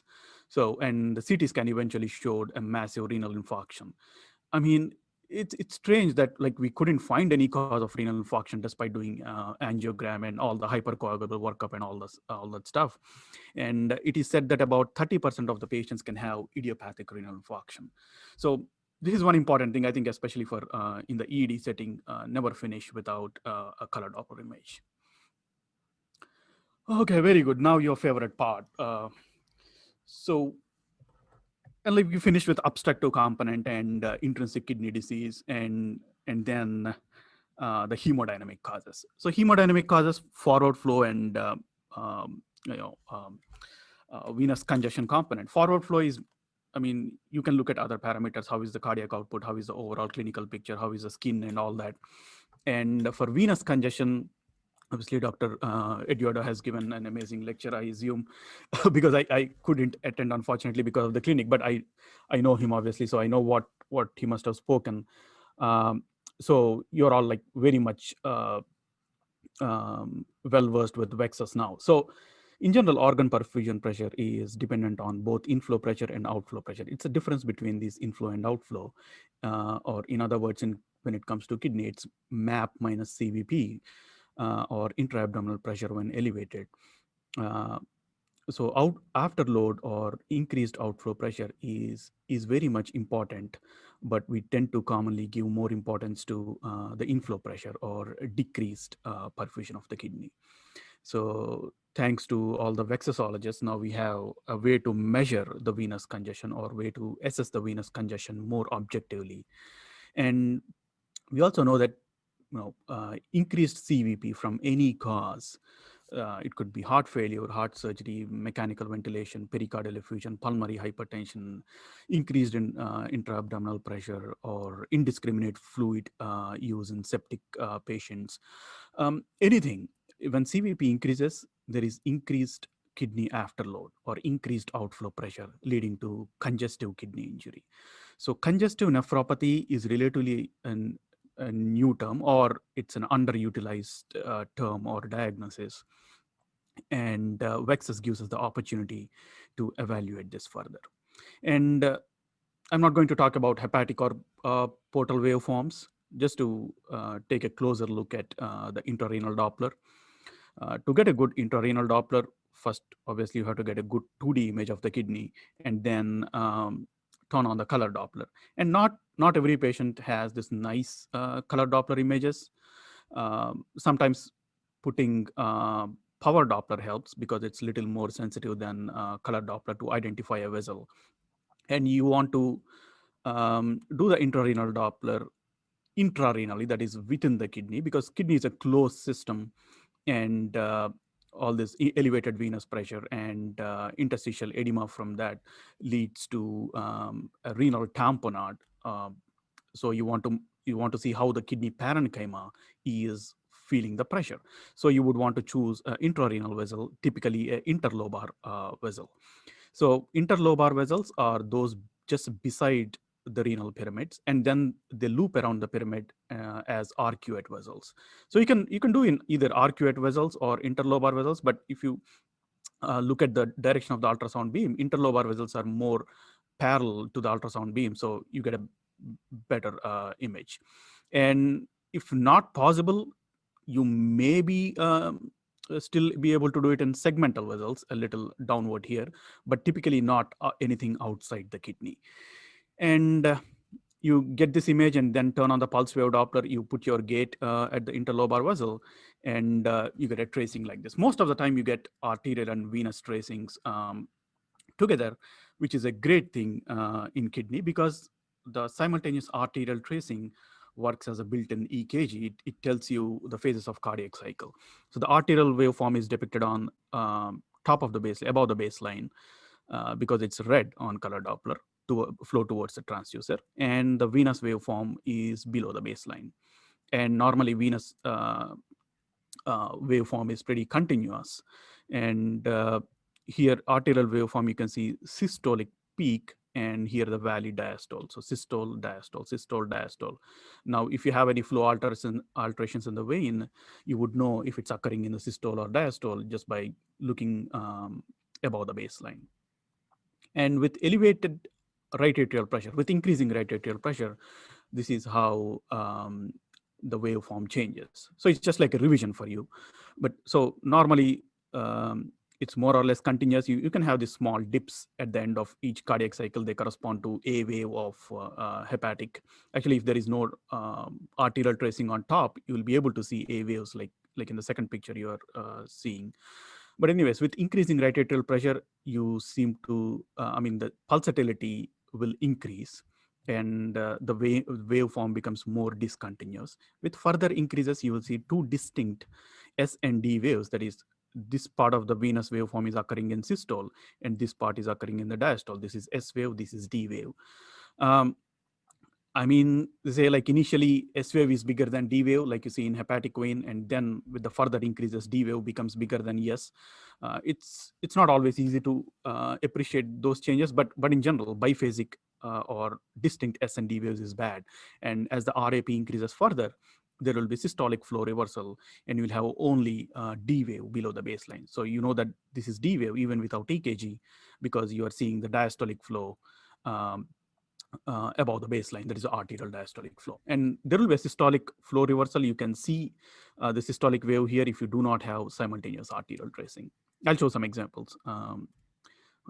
And yeah, here is the anatomy of biphasic intrarenal venous waveform. This is how it actually appears if you do not have a simultaneous arterial waveform. Here is this first one. This yellow thing is you have the arterial on top. Yeah, you have the venous with distinct biphasic S and D waves. And if you do not have arterial tracing, you can actually see both A wave and V wave. Actually, you can see like faint arterial tracing here. So you clearly know that just before the systole, you have this A wave, you have S wave, you have this retrograde V wave, and then D wave. A very nice pattern, which is exactly the same as hepatic vein pattern. Okay. And that's venous waveform analysis. And coming to arterial waveform analysis, this waveform also gives you some information in certain circumstances. So normal arterial waveform is like this. You have this systolic peak and a diastolic valley. And if you see this kind of waveform, which is like a slow rising thing and decreased velocities, it's called Parvus-Tardus waveform. It's like a weak and slow rising pulse, like you would see in aortic stenosis, like a Parvus-Tardus pulse. So it's the same as that. You can see this when there is a proximal obstruction, or not necessarily structural obstruction, but there is some high pressure before the point you are measuring the blood flow. So for example, in renal artery stenosis, you can see this pattern. Or sometimes even in severe aortic stenosis, you might be seeing this pattern. And here, another pattern you need to be aware of is this like diminished diastolic flow. That happens when there is obstruction or stenosis or resistance to flow distal to the point you are measuring. So here you can see like pretty much there is no diastolic flow at all. And this can happen, like actually it can happen in even in severe venous congestion, or where there is severe renal vasoconstriction, such as in hepatorenal syndrome, or anything that diminishes the diastolic flow. Here is a example that I recently posted on Twitter that, I mean, this patient had retroperitoneal hematoma, and here is a normal waveform just for comparison, and here is that patient's arterial waveform. So you can see that the arterial flow is like pretty much diminished. Almost there is no diastolic flow. That's probably because of the pressure effect from the hematoma. Eventually, it would resolve. I mean, on the contralateral kidney, there was some diastolic flow. So we assume that it's most likely because of the pressure effect. So, I mean, when you do this Doppler, you can predict certain things. Okay, so what about the resistive index? So resistive index is also a popular topic, right? So it's renal arterial resistive index. So this also you would measure in the same vessels as you would measure, as you would look for venous congestion. And in the arterial waveform, you take the highest point of this systolic peak, and that's a peak systolic velocity. And you take the end of the diastole point before the onset of the next peak. That's the end diastolic velocity. And resistive index is peak systolic minus end diastolic divided by peak systolic. It's like ejection fraction, like a big number minus small number divided by big number. And normal resistive index is less than 0.7, usually somewhere around like say 0.55 to 0.65 range.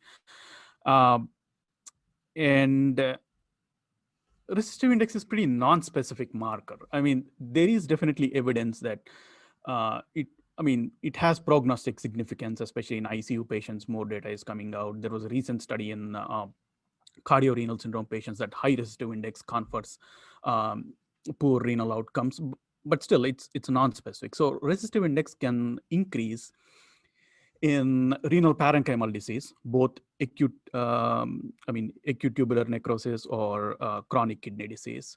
In obstructive uropathy, it can increase. In transplant rejection, it can increase. Just simply because you have bradycardia, it can increase, because in bradycardia, you have more time for you to diastole. So the diastolic flow is low. And in the formula, your end diastolic velocity becomes low and your resistive index goes high. And even in atherosclerosis and elderly patients, you can have increased resistive index. And you can have decreased resistive index when the patient has tachycardia for the opposite reason as bradycardia. You don't have much time for diastole, so your diastolic flow is higher and end diastolic velocity is higher. So when you put that in the formula, Ri goes lower. And in volume depletion, it can be low just because of reduced flow. And in glomerulonephritis, it is known, there was some old study that looked at like people with glomerulonephritis and tubular causes and compared the resistive index. It showed in glomerulonephritis, it's pretty much unchanged, assuming that glomerulonephritis is not associated with some kind of tubular inflammation. And yeah, it might have a role in distinguishing volume depletion from hepatorenal syndrome also, because hepatorenal syndrome, mainly it's because of renal vasoconstriction. That means it should lead to diminished diastolic flow. So that means the resistive index will increase. And why this is important is because, like, based on current definitions, we tend to volume expand these suspected hepatorenal syndrome patients for 48 hours to make sure there is no volume depletion, and then go to more definitive therapies. So if you are able to show that the resistive index is significantly high before you volume expand the patient, it's most likely related to hepatorenal syndrome itself and not really volume depletion. You might be able to avoid the load. You might be able to avoid additional volume that you give. That's one theoretical utility of RI in regular nephrology practice. But this is what I say. It's personal opinion that the practical utility of resistive index is low. I said resistive index increases in obstructive uropathy, right? So this is a recent patient I saw who had hydronephrosis. Measured the resistive index, see, like it's 0.57. It's much lower than 0.7. You can argue that you did not really measure it in interlobar vessel. You probably measured it in segmental vessel. I agree, but still, it's still intra-renal, and it's surrounding the hydronephrosis. So there must be some kind of pressure effect if you believe that pressure effect is leading to increased RI. So it's not always there. I've seen several cases, not just this one, but I've seen before that it's not always elevated in obstructive nephropathy. But anyways, like obstructive neuropathy is least of our concerns when it comes to RI. So transplant rejection, like initially, like some people actually think like high RI is very specific for transplant rejection, but it's not really. And high RI or low RI is more useful in transplant kidney. One thing is you can easily do it because the kidney is superficial and you get better Doppler images, and the kidney doesn't move with respiration. So it's easy to put the Doppler gate on the vessel and it's not going anywhere. You get pretty pictures. Apart from that, in general, if you are able to rule out like, if you're able to say that the resistive index has increased compared to before in a transplanted kidney, rejection is obviously the major concern you would have, and you can quickly biopsy this patient. So that's one of the reasons you would use RI frequently in transplant kidney, not because it is specific for rejection. Here is a patient who had transplant rejection, biopsy proven, but looking at renal resistive index at presentation, looked at like two different vessels. This is mid-interlobar or pretty much arcuate vessel, was 0.69, and here is the lower portion of the kidney that's also 0.69. So it's not necessary that it's always elevated. So you can't just rely on that. And here is a normal kidney. I measured resistive index in the same vessel, same day, without changing anything, and there is like 10-point difference. So when studies show like a resistive index of 0.6 is associated with better outcomes compared to resistive index of like 0.75 or 0.7, it's very difficult. Like if you can have large like this much discrepancy, and it can definitely vary from observer to observer, attending to resident, and like patient to patient, like your position to position.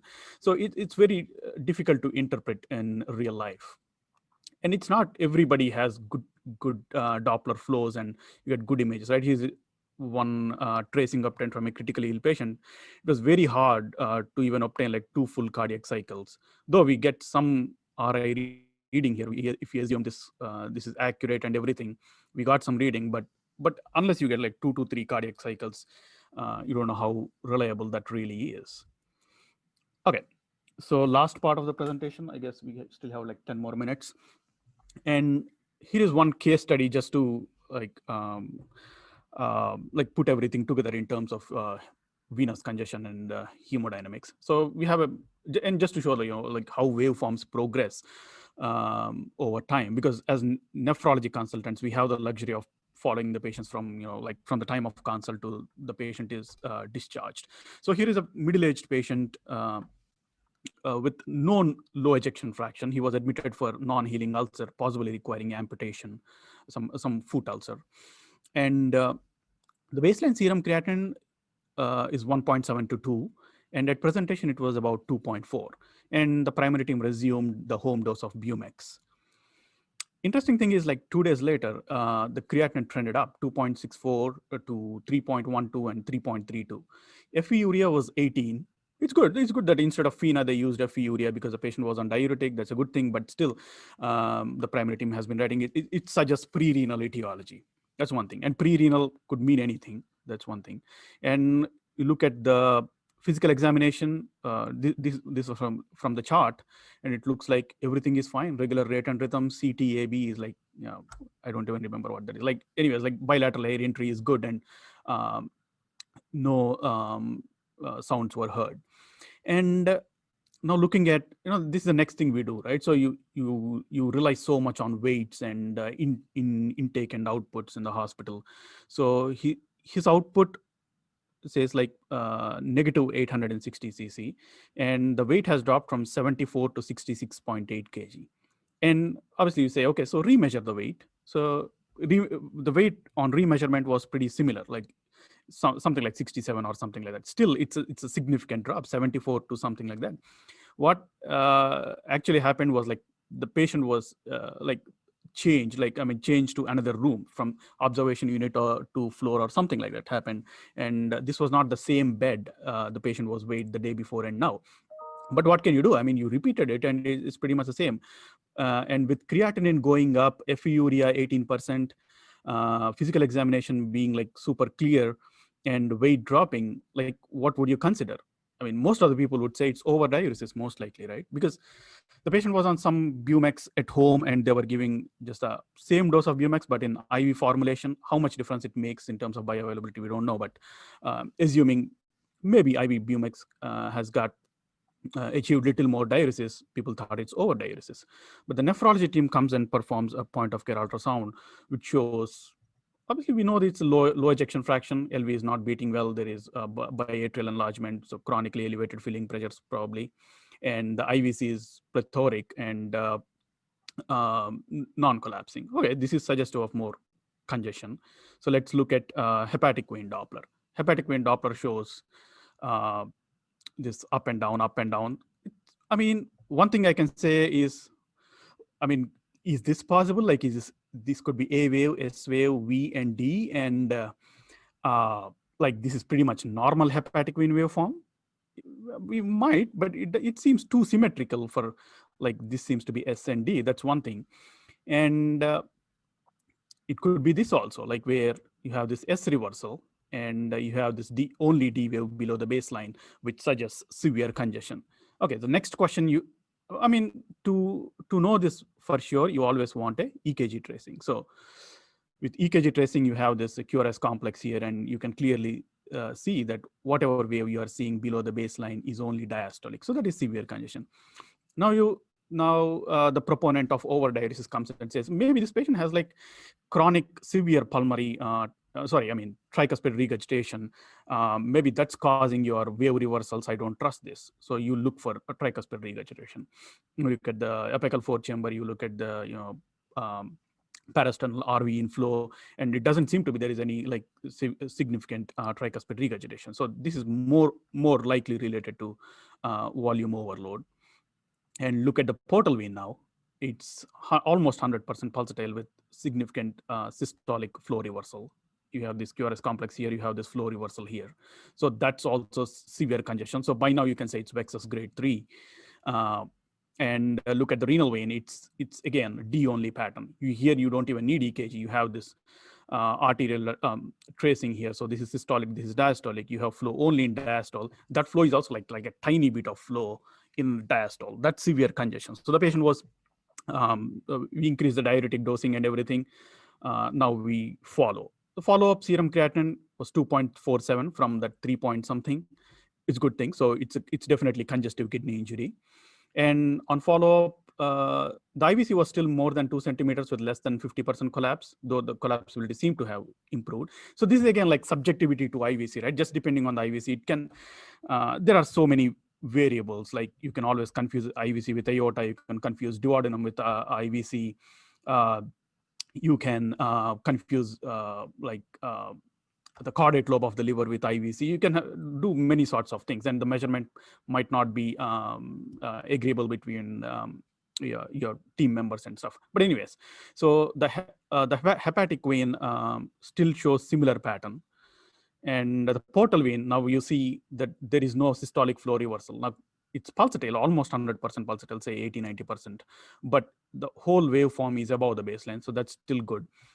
And renal is still monophasic or D only pattern, but the flow seems to have a little bit increased. You can say it might be subjective, but still, it's occupying more part of the cardiac cycle. And another follow-up, creatinine is even better, 2.1. IVC is still more than 2 centimeters, but hepatic vein looks similar. And the portal vein, the pulsatility has significantly improved again. And the renal vein looks like the systolic component was starting to appear. And also the diastolic flow has improved in terms of duration during the cardiac cycle. So what I'm trying to say is like portal vein is probably the first one to improve during the decongestive process. Even if the IVC is more like big, continues to be big, you know that whatever you're doing is right because your portal vein is improving. And further follow-up. On further follow-up, interesting thing was, the hepatic vein seems to be improving. So the above the baseline component has pretty much diminished, and there is more flow below the baseline. and portal vein has almost normalized.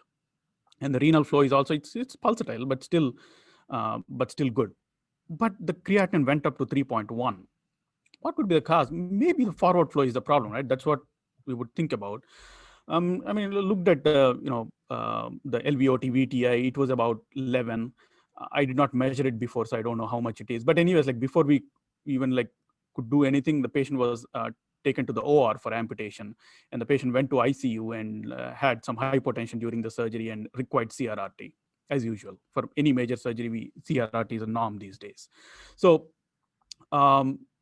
he even got like dobutamine for a brief period in the ICU and started on CVH. After that, followed up on the waveforms. Again, hepatic seems to be nicely improved now, and portal is normal, and renal spectacularly normal. So it's perfect decongestion. And looking at the IVC here, so here is the IVC. It's pretty small. It's initially, remember, it was like so big. I'll show you the comparison. So initially it was like this. It's so big. It was actually on the first follow-up, and here is the final IVC prior to discharge to rehab. So you can follow the decongestion pattern over a period of time, and it gives, it's an additional add-on point to your IVC or whatever you use. I'm not saying this has to be used. This is the primary thing that you have to use, but it definitely guides your therapy. Another simple, quick study. Here is one patient who had relatively prolonged hospitalization for some heart surgery, and she had some heart failure. And patient, this is the day of discharge, and the patient was feeling fine, wants to go home. And the primary team, which was I think cardiology, whatever, they also felt that she should be discharged home. It's just that the creatinine went slightly up from like 1.35 to 1.46, but everybody thought it's fine, right? I mean, it's fine because like we generally say like the rise in creatinine during the adequate decongestion process is probably benign. That's fine. And they say like follow up with renal in 1 month. She's like net negative 7 liters. Everybody puts that in the note and says like very happy about it. And discharge, on the day of discharge, I did this ultrasound. It shows like IVC, like big IVC. I mean, it's not clipped, but it was relatively plethoric.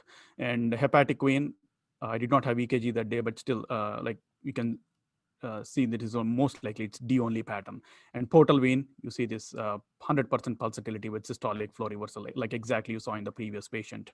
And renal, it was monophasic D-only or diastolic only flow. That is severe congestion. I scanned her like 2 days ago, and the IVC was similar, big, but anyways, the portal vein was like this. So there was no significant systolic reversal, and it seems to be less pulsatile compared to this one. So definitely the congestion has worsened despite patient feeling fine and everything. But unfortunately, the patient was discharged because she was feeling fine and wants to go home, and gave follow-up appointment in 1 month. But I spoke to nephrologist, and they arranged a follow-up in 1 week, but I did not think it was really enough. Anyways, like looking at subspecialty notes, like one is cardiology note, one is primary nephrology team taking care note. And they say like pulmonary, it was clear. Actually, I saw B lines in all the sono-auscultated zones. And both notes say pulmonary clear to auscultation, then there was no mention of JVD. And the patient came back in 3 days and was admitted to ICU and had a prolonged course again. I mean, I don't know whether that admission could have been avoided or not, but definitely that the pain of going home and like having this quality of life issue would have definitely avoided. An elderly patient with CHF was consulted for worsening renal function. This is another latest case. So I was like, here is the big plethoric IVC. And interestingly, you can see the D-shaped septum here. So that's one thing to remember. It's probably both in systole and diastole. It's probably both. He has some pulmonary hypertension, also probably both volume and pressure overload. And looking at the VExUS, here I have the EKG. And this can be confusing without EKG because this patient had arrhythmia. But here I can clearly tell based on the EKG that it's only like D wave that you are seeing below the baseline.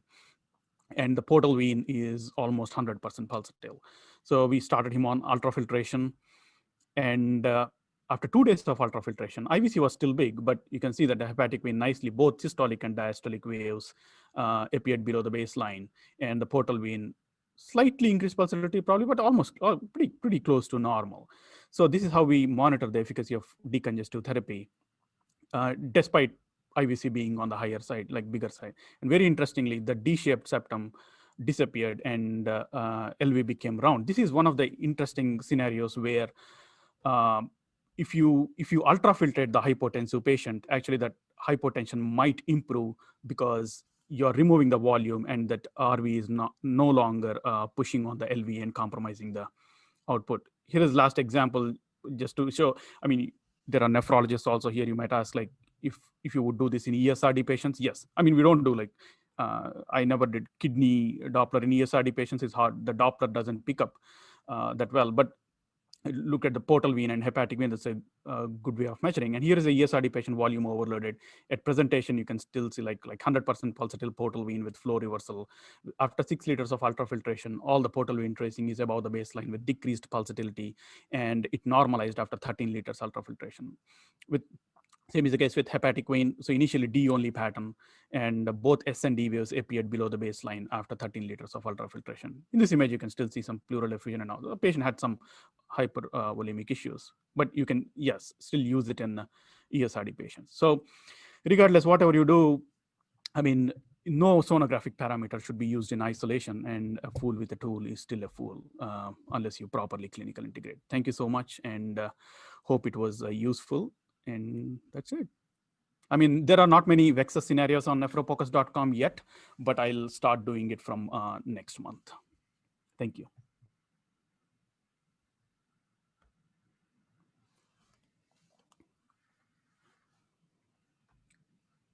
I think there was a question earlier. If you look, there was one posted about 138 about how hard do you try to align the direction of blood flow with your angle of insonation when you're doing your Doppler measurements in the liver and kidney? So, yeah, that's a very good question. So, should we correct the angle? So one thing is, obviously you get good Doppler flows when you're aligned more parallel to the vessel. So we anatomically we try to be as parallel as we can. If you're enthusiastic, you can definitely correct for the angle. So the thing is, you're just analyzing the pattern, right? So the pattern of the blood flow is less dependent on the angle compared to the absolute velocities. So if you are dealing with absolute velocities, you're doing a renal artery stenosis study, you would want to definitely correct the angle, otherwise you would get wrong values. But if you're looking for a pattern, it's not always possible to correct the angle. You just try to align the vessel as parallel as possible and get your tracing. That's good enough for most practical scenarios. When you get these heart failure patients, what is the buy-in or lack thereof from your cardiologist on this? When you present them, when they consult you on worsening, kidney function, and you show them, here is what I found on VExUS. Are they buying this or not? I don't think they're buying it yet. I mean, I'm trying to force it on them by, like, our images are available in Epic in a separate place, like you get the radiology image. But I also try and take time and put my images in the note so that like it's on their face when they open it. But I don't think like most of them buy. But I'm doing the cardiorenal clinic also now, like following this pattern, patients longitudinal in the clinic and seeing how this would change. And I think that's going to have a better effect. I mean, most of the time I'm not the primary nephrologist. Like I do like POCUS consults a lot. So nephrology team will be seeing the patient and they call me to do POCUS. So I don't really interact directly with most teams.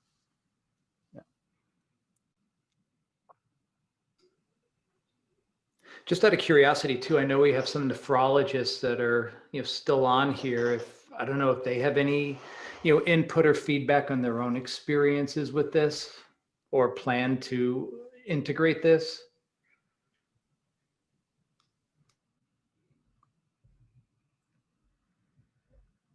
Looks like no nephrologist. I think there's a couple. I think they're just staying quiet. Yeah. I can try to answer that question. I've been trying to talk with a lot of our nephrologist colleagues here, especially Ali and Dr. Talaricio, and we have been discussing about trying to do it more and more, especially in our ICU patients. One of the, I work a lot in the liver ICU, and that we see a lot of hepatorenal syndrome, and that is one group I'm really interested in looking at the VExUS score and the renal resistive index pre and post, providing them with fluids or like norepinephrine or whatever therapy. So we have been trying to talk about it, but COVID has put brakes on everything that we are doing right now.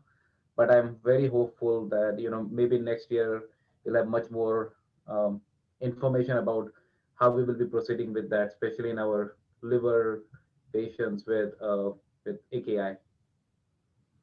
That's a very interesting thing. Yeah, I mean, like this patient group is like very tricky group, right? With you don't know how much to trust the portal vein, and the hepatic vein waveforms can be fused and stuff. So we need to take multi-parametric approach. And actually, we also have like very big liver ICU, and our nephrology chief is so much into hepatorenal, and we are planning a study as well, hopefully early next year. That protocol is in progress. That's great. I had a question about the VExUS score. Bob, is it okay? Yeah, sure, go ahead. Yeah, so like, one of the things that, since we have been seeing all COVID patients and all of them are on very high ventilator support, especially with the PEEP and everything.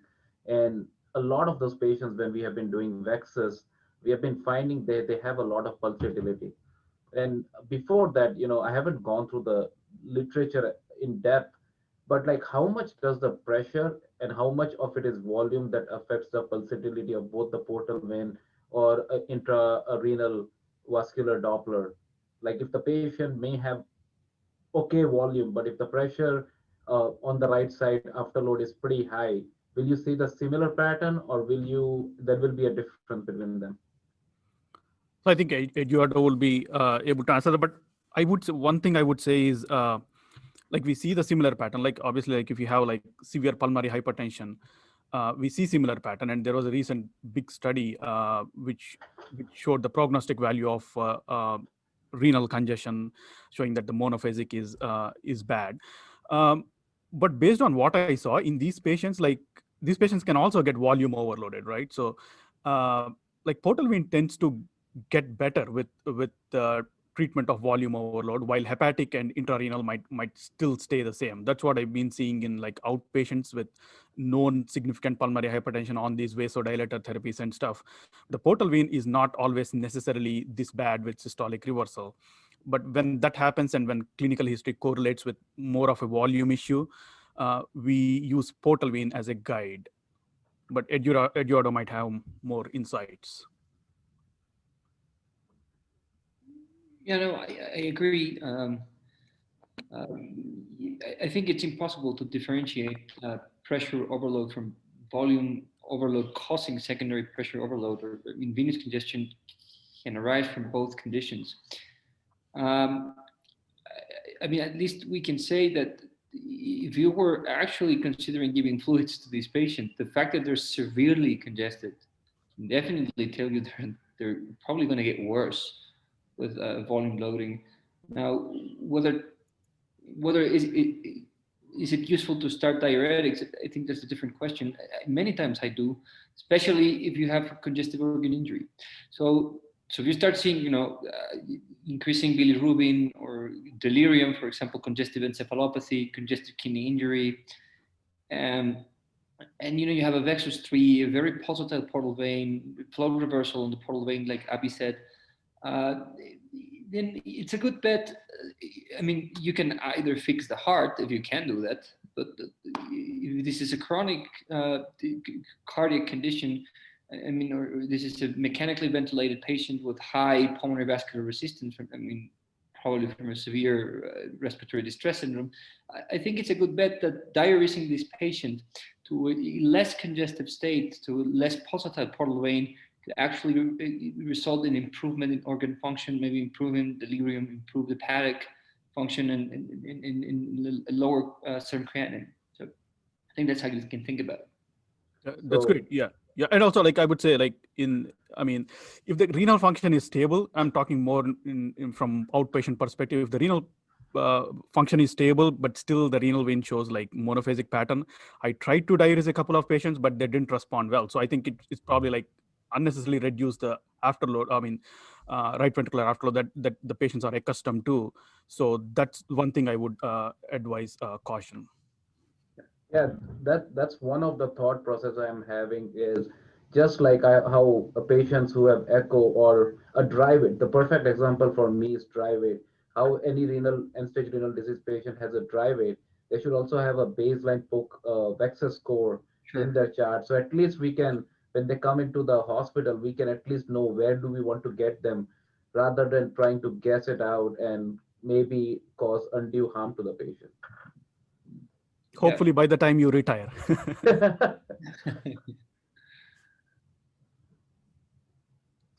There was another question about, do you peak at relative LV filling in your plethoric IVC patients? I mean, I don't necessarily always do, like EE prime or anything like that. I mean, in some outpatients, I just look at the E wave deceleration time. But apart from that, I think lung ultrasound gives a good idea of LV filling. That's what I stop at. Usually like IVC, VExUS, lung ultrasound, and in heart would be more in the outpatient setting. Yep. In cases where you're having a difficult time due to like respiratory translation, getting the VExUS parameters, do you ever go to the femoral vein to try and seek answers? I mean, I don't do femoral vein, but obviously there are new studies that's pointing towards doing that, and it might be actually worthwhile for physicians who put like femoral lines. You can do the VExUS assessment at the same time, but I really have no experience. I never used it. I didn't have the need to use it. I've used it a couple of times, the femoral vein. I remember a case where the patient had severe subcutaneous emphysema because of spontaneous, she was mechanically ventilated, spontaneous subcutaneous emphysema. It was impossible to use ultrasound in all the upper body. So the only way to monitor this patient had right ventricular dysfunction, and the way that I used to monitor was actually femoral vein Doppler.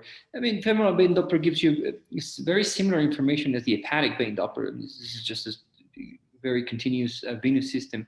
So, I mean, important flow reversals can definitely point towards, this patient has severe tricuspid regurgitation and probably still volume overloaded. So it can definitely help.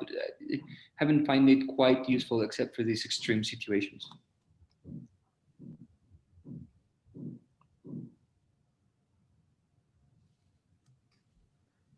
Can I just ask, I think like, Sure. I don't know what the time is, but one of the topic that I'm very interested in, I wanted to hear Eduardo and Abhi comment on that, is like, have you tracked patients, I'm a big believer of intervention pre and post, so more dynamic measurement than static.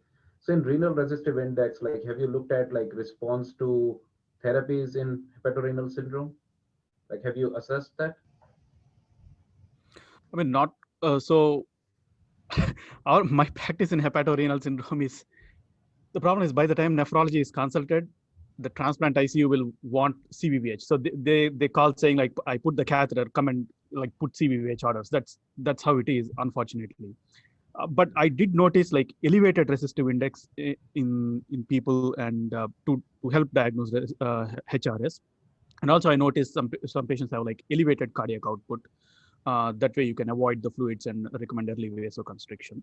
And pre and post, like I did not do, but there are data suggesting that like pre and post paracentesis resistive index decreases, but we have to do it on a large scale. Yeah.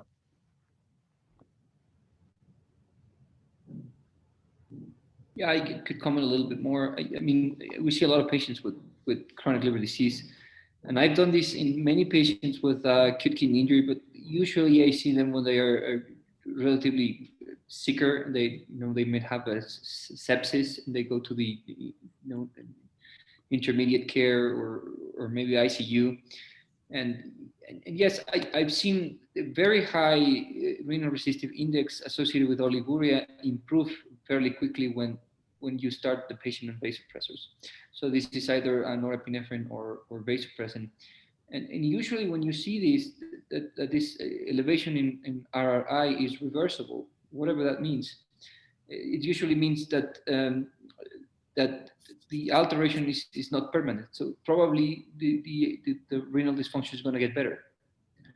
Whether this is actually showing the pathophysiology or the physiological way in which vasopressors improve urine output, I'm not entirely sure, because most of the time the renal resistive index it's actually not a resistive index, it's a pulsatility index, right?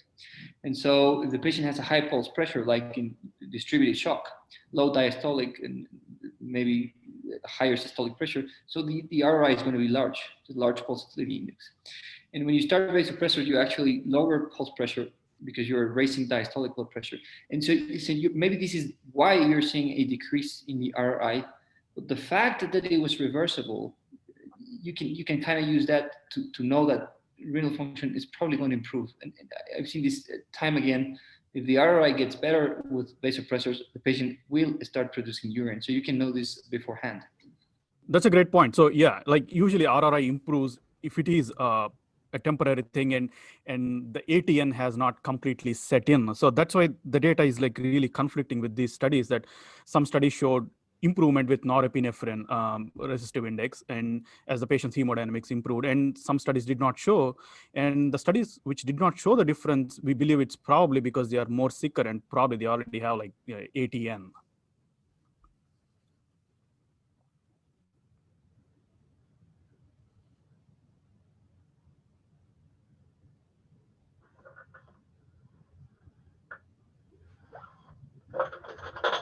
Anyone else have any other questions? I think maybe one other thing, Abhi, what's your take? I know you posted yesterday and Eduardo had responded. What's your thoughts now about atrial fibrillation and how you're interpreting those fused SND waves? So, I mean, first thing is we need to have EKG. That's one thing, because especially it depends on specialty. I mean, some specialties you would see EKG first. I mean, I might not actually see. I mean, like as a nephrologist, I might just look at the chest X-ray and go see the patient. So I might not even look at the EKG. So yeah, first of all, we need to have a simultaneous EKG, and because the S wave partly depends upon how the atrium is relaxing, because during ventricular systole, the atrium has to relax, and that is impaired in atrial fibrillation. The S wave, the amplitude of the S wave seems to be smaller. So even without any congestion, you can have smaller S wave than D wave, that is S lesser than D pattern at baseline. That's one thing. And depending on the heart rate, you might have fused waves. And in the case I posted, actually the patient did not really have like super high heart rate, because we normally assume that you don't have time for diastole, so S and D waves fuse when you are hyperdynamic. But that patient actually had fused S and D, like with a heart rate of 80s or something like that. And that fusion is also not the same cycle. So the D wave of the previous cycle and S wave of the next cycle. So it happened before also, like I posted some other case on Twitter. Initially, I didn't believe, but it appears that does happen. And I don't know the exact logic. I mean, it's probably because of atrial fibrillation also, but I saw that even in patients who do not have atrial fibrillation, that like the previous cycle and current cycle fusing. That's probably just that commonly happens. I just don't know. Yeah, so I don't have the necessary cables to get the EKG simultaneous with my Doppler tracing, so I don't even bother. I mean, in a patient with atrial fibrillation, I see a bunch of waves. If I see a lot of flow below the baseline, then I know who's probably has some normal venous return. But I look at the portal vein. So the portal vein, even with atrial fibrillation, if the patient, I mean, Abby showed some pretty nice cases of a patient with arrhythmia, and even if the patient is arrhythmic, you can still see, with each beat of the cardiac cycle, you see pulsatility. It's usually not very variable from one cycle to another. It can be. So if it's really variable, I would, take like maybe 10, 15 cardiac cycles on average, the pulsatility. But I mean, if you see very increased pulsatility, then I don't really care about the name of the waves on the hepatic vein Doppler. I know the patient's congested, and then I try to do something about it. Yeah, I guess it's mainly important, like if you're doing a study and documenting it, probably that becomes more important than day-to-day clinically. Like as you exactly pointed out, like if the more flow is towards the heart, that's what you care about.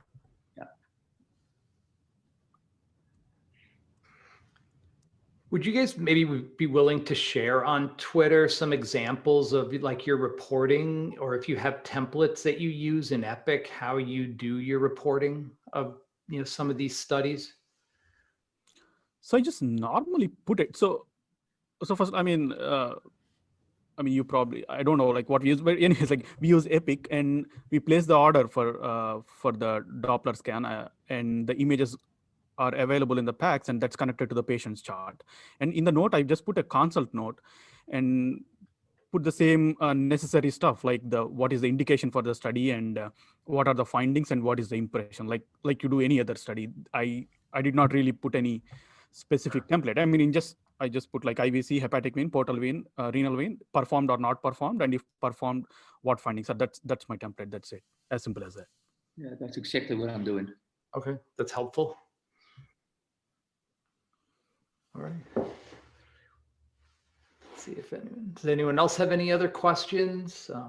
I know we've gone over, but I think there was great interest in this. And again, we really appreciate the two of you coming and being willing to do this. Thank you. Thanks, Dr. Jones. All right. I think if there's no other questions, we can end this. And again, thank you guys so much. Thank you. Thank you. All right. Take care. Nice seeing you, Avi. Take care. Bye.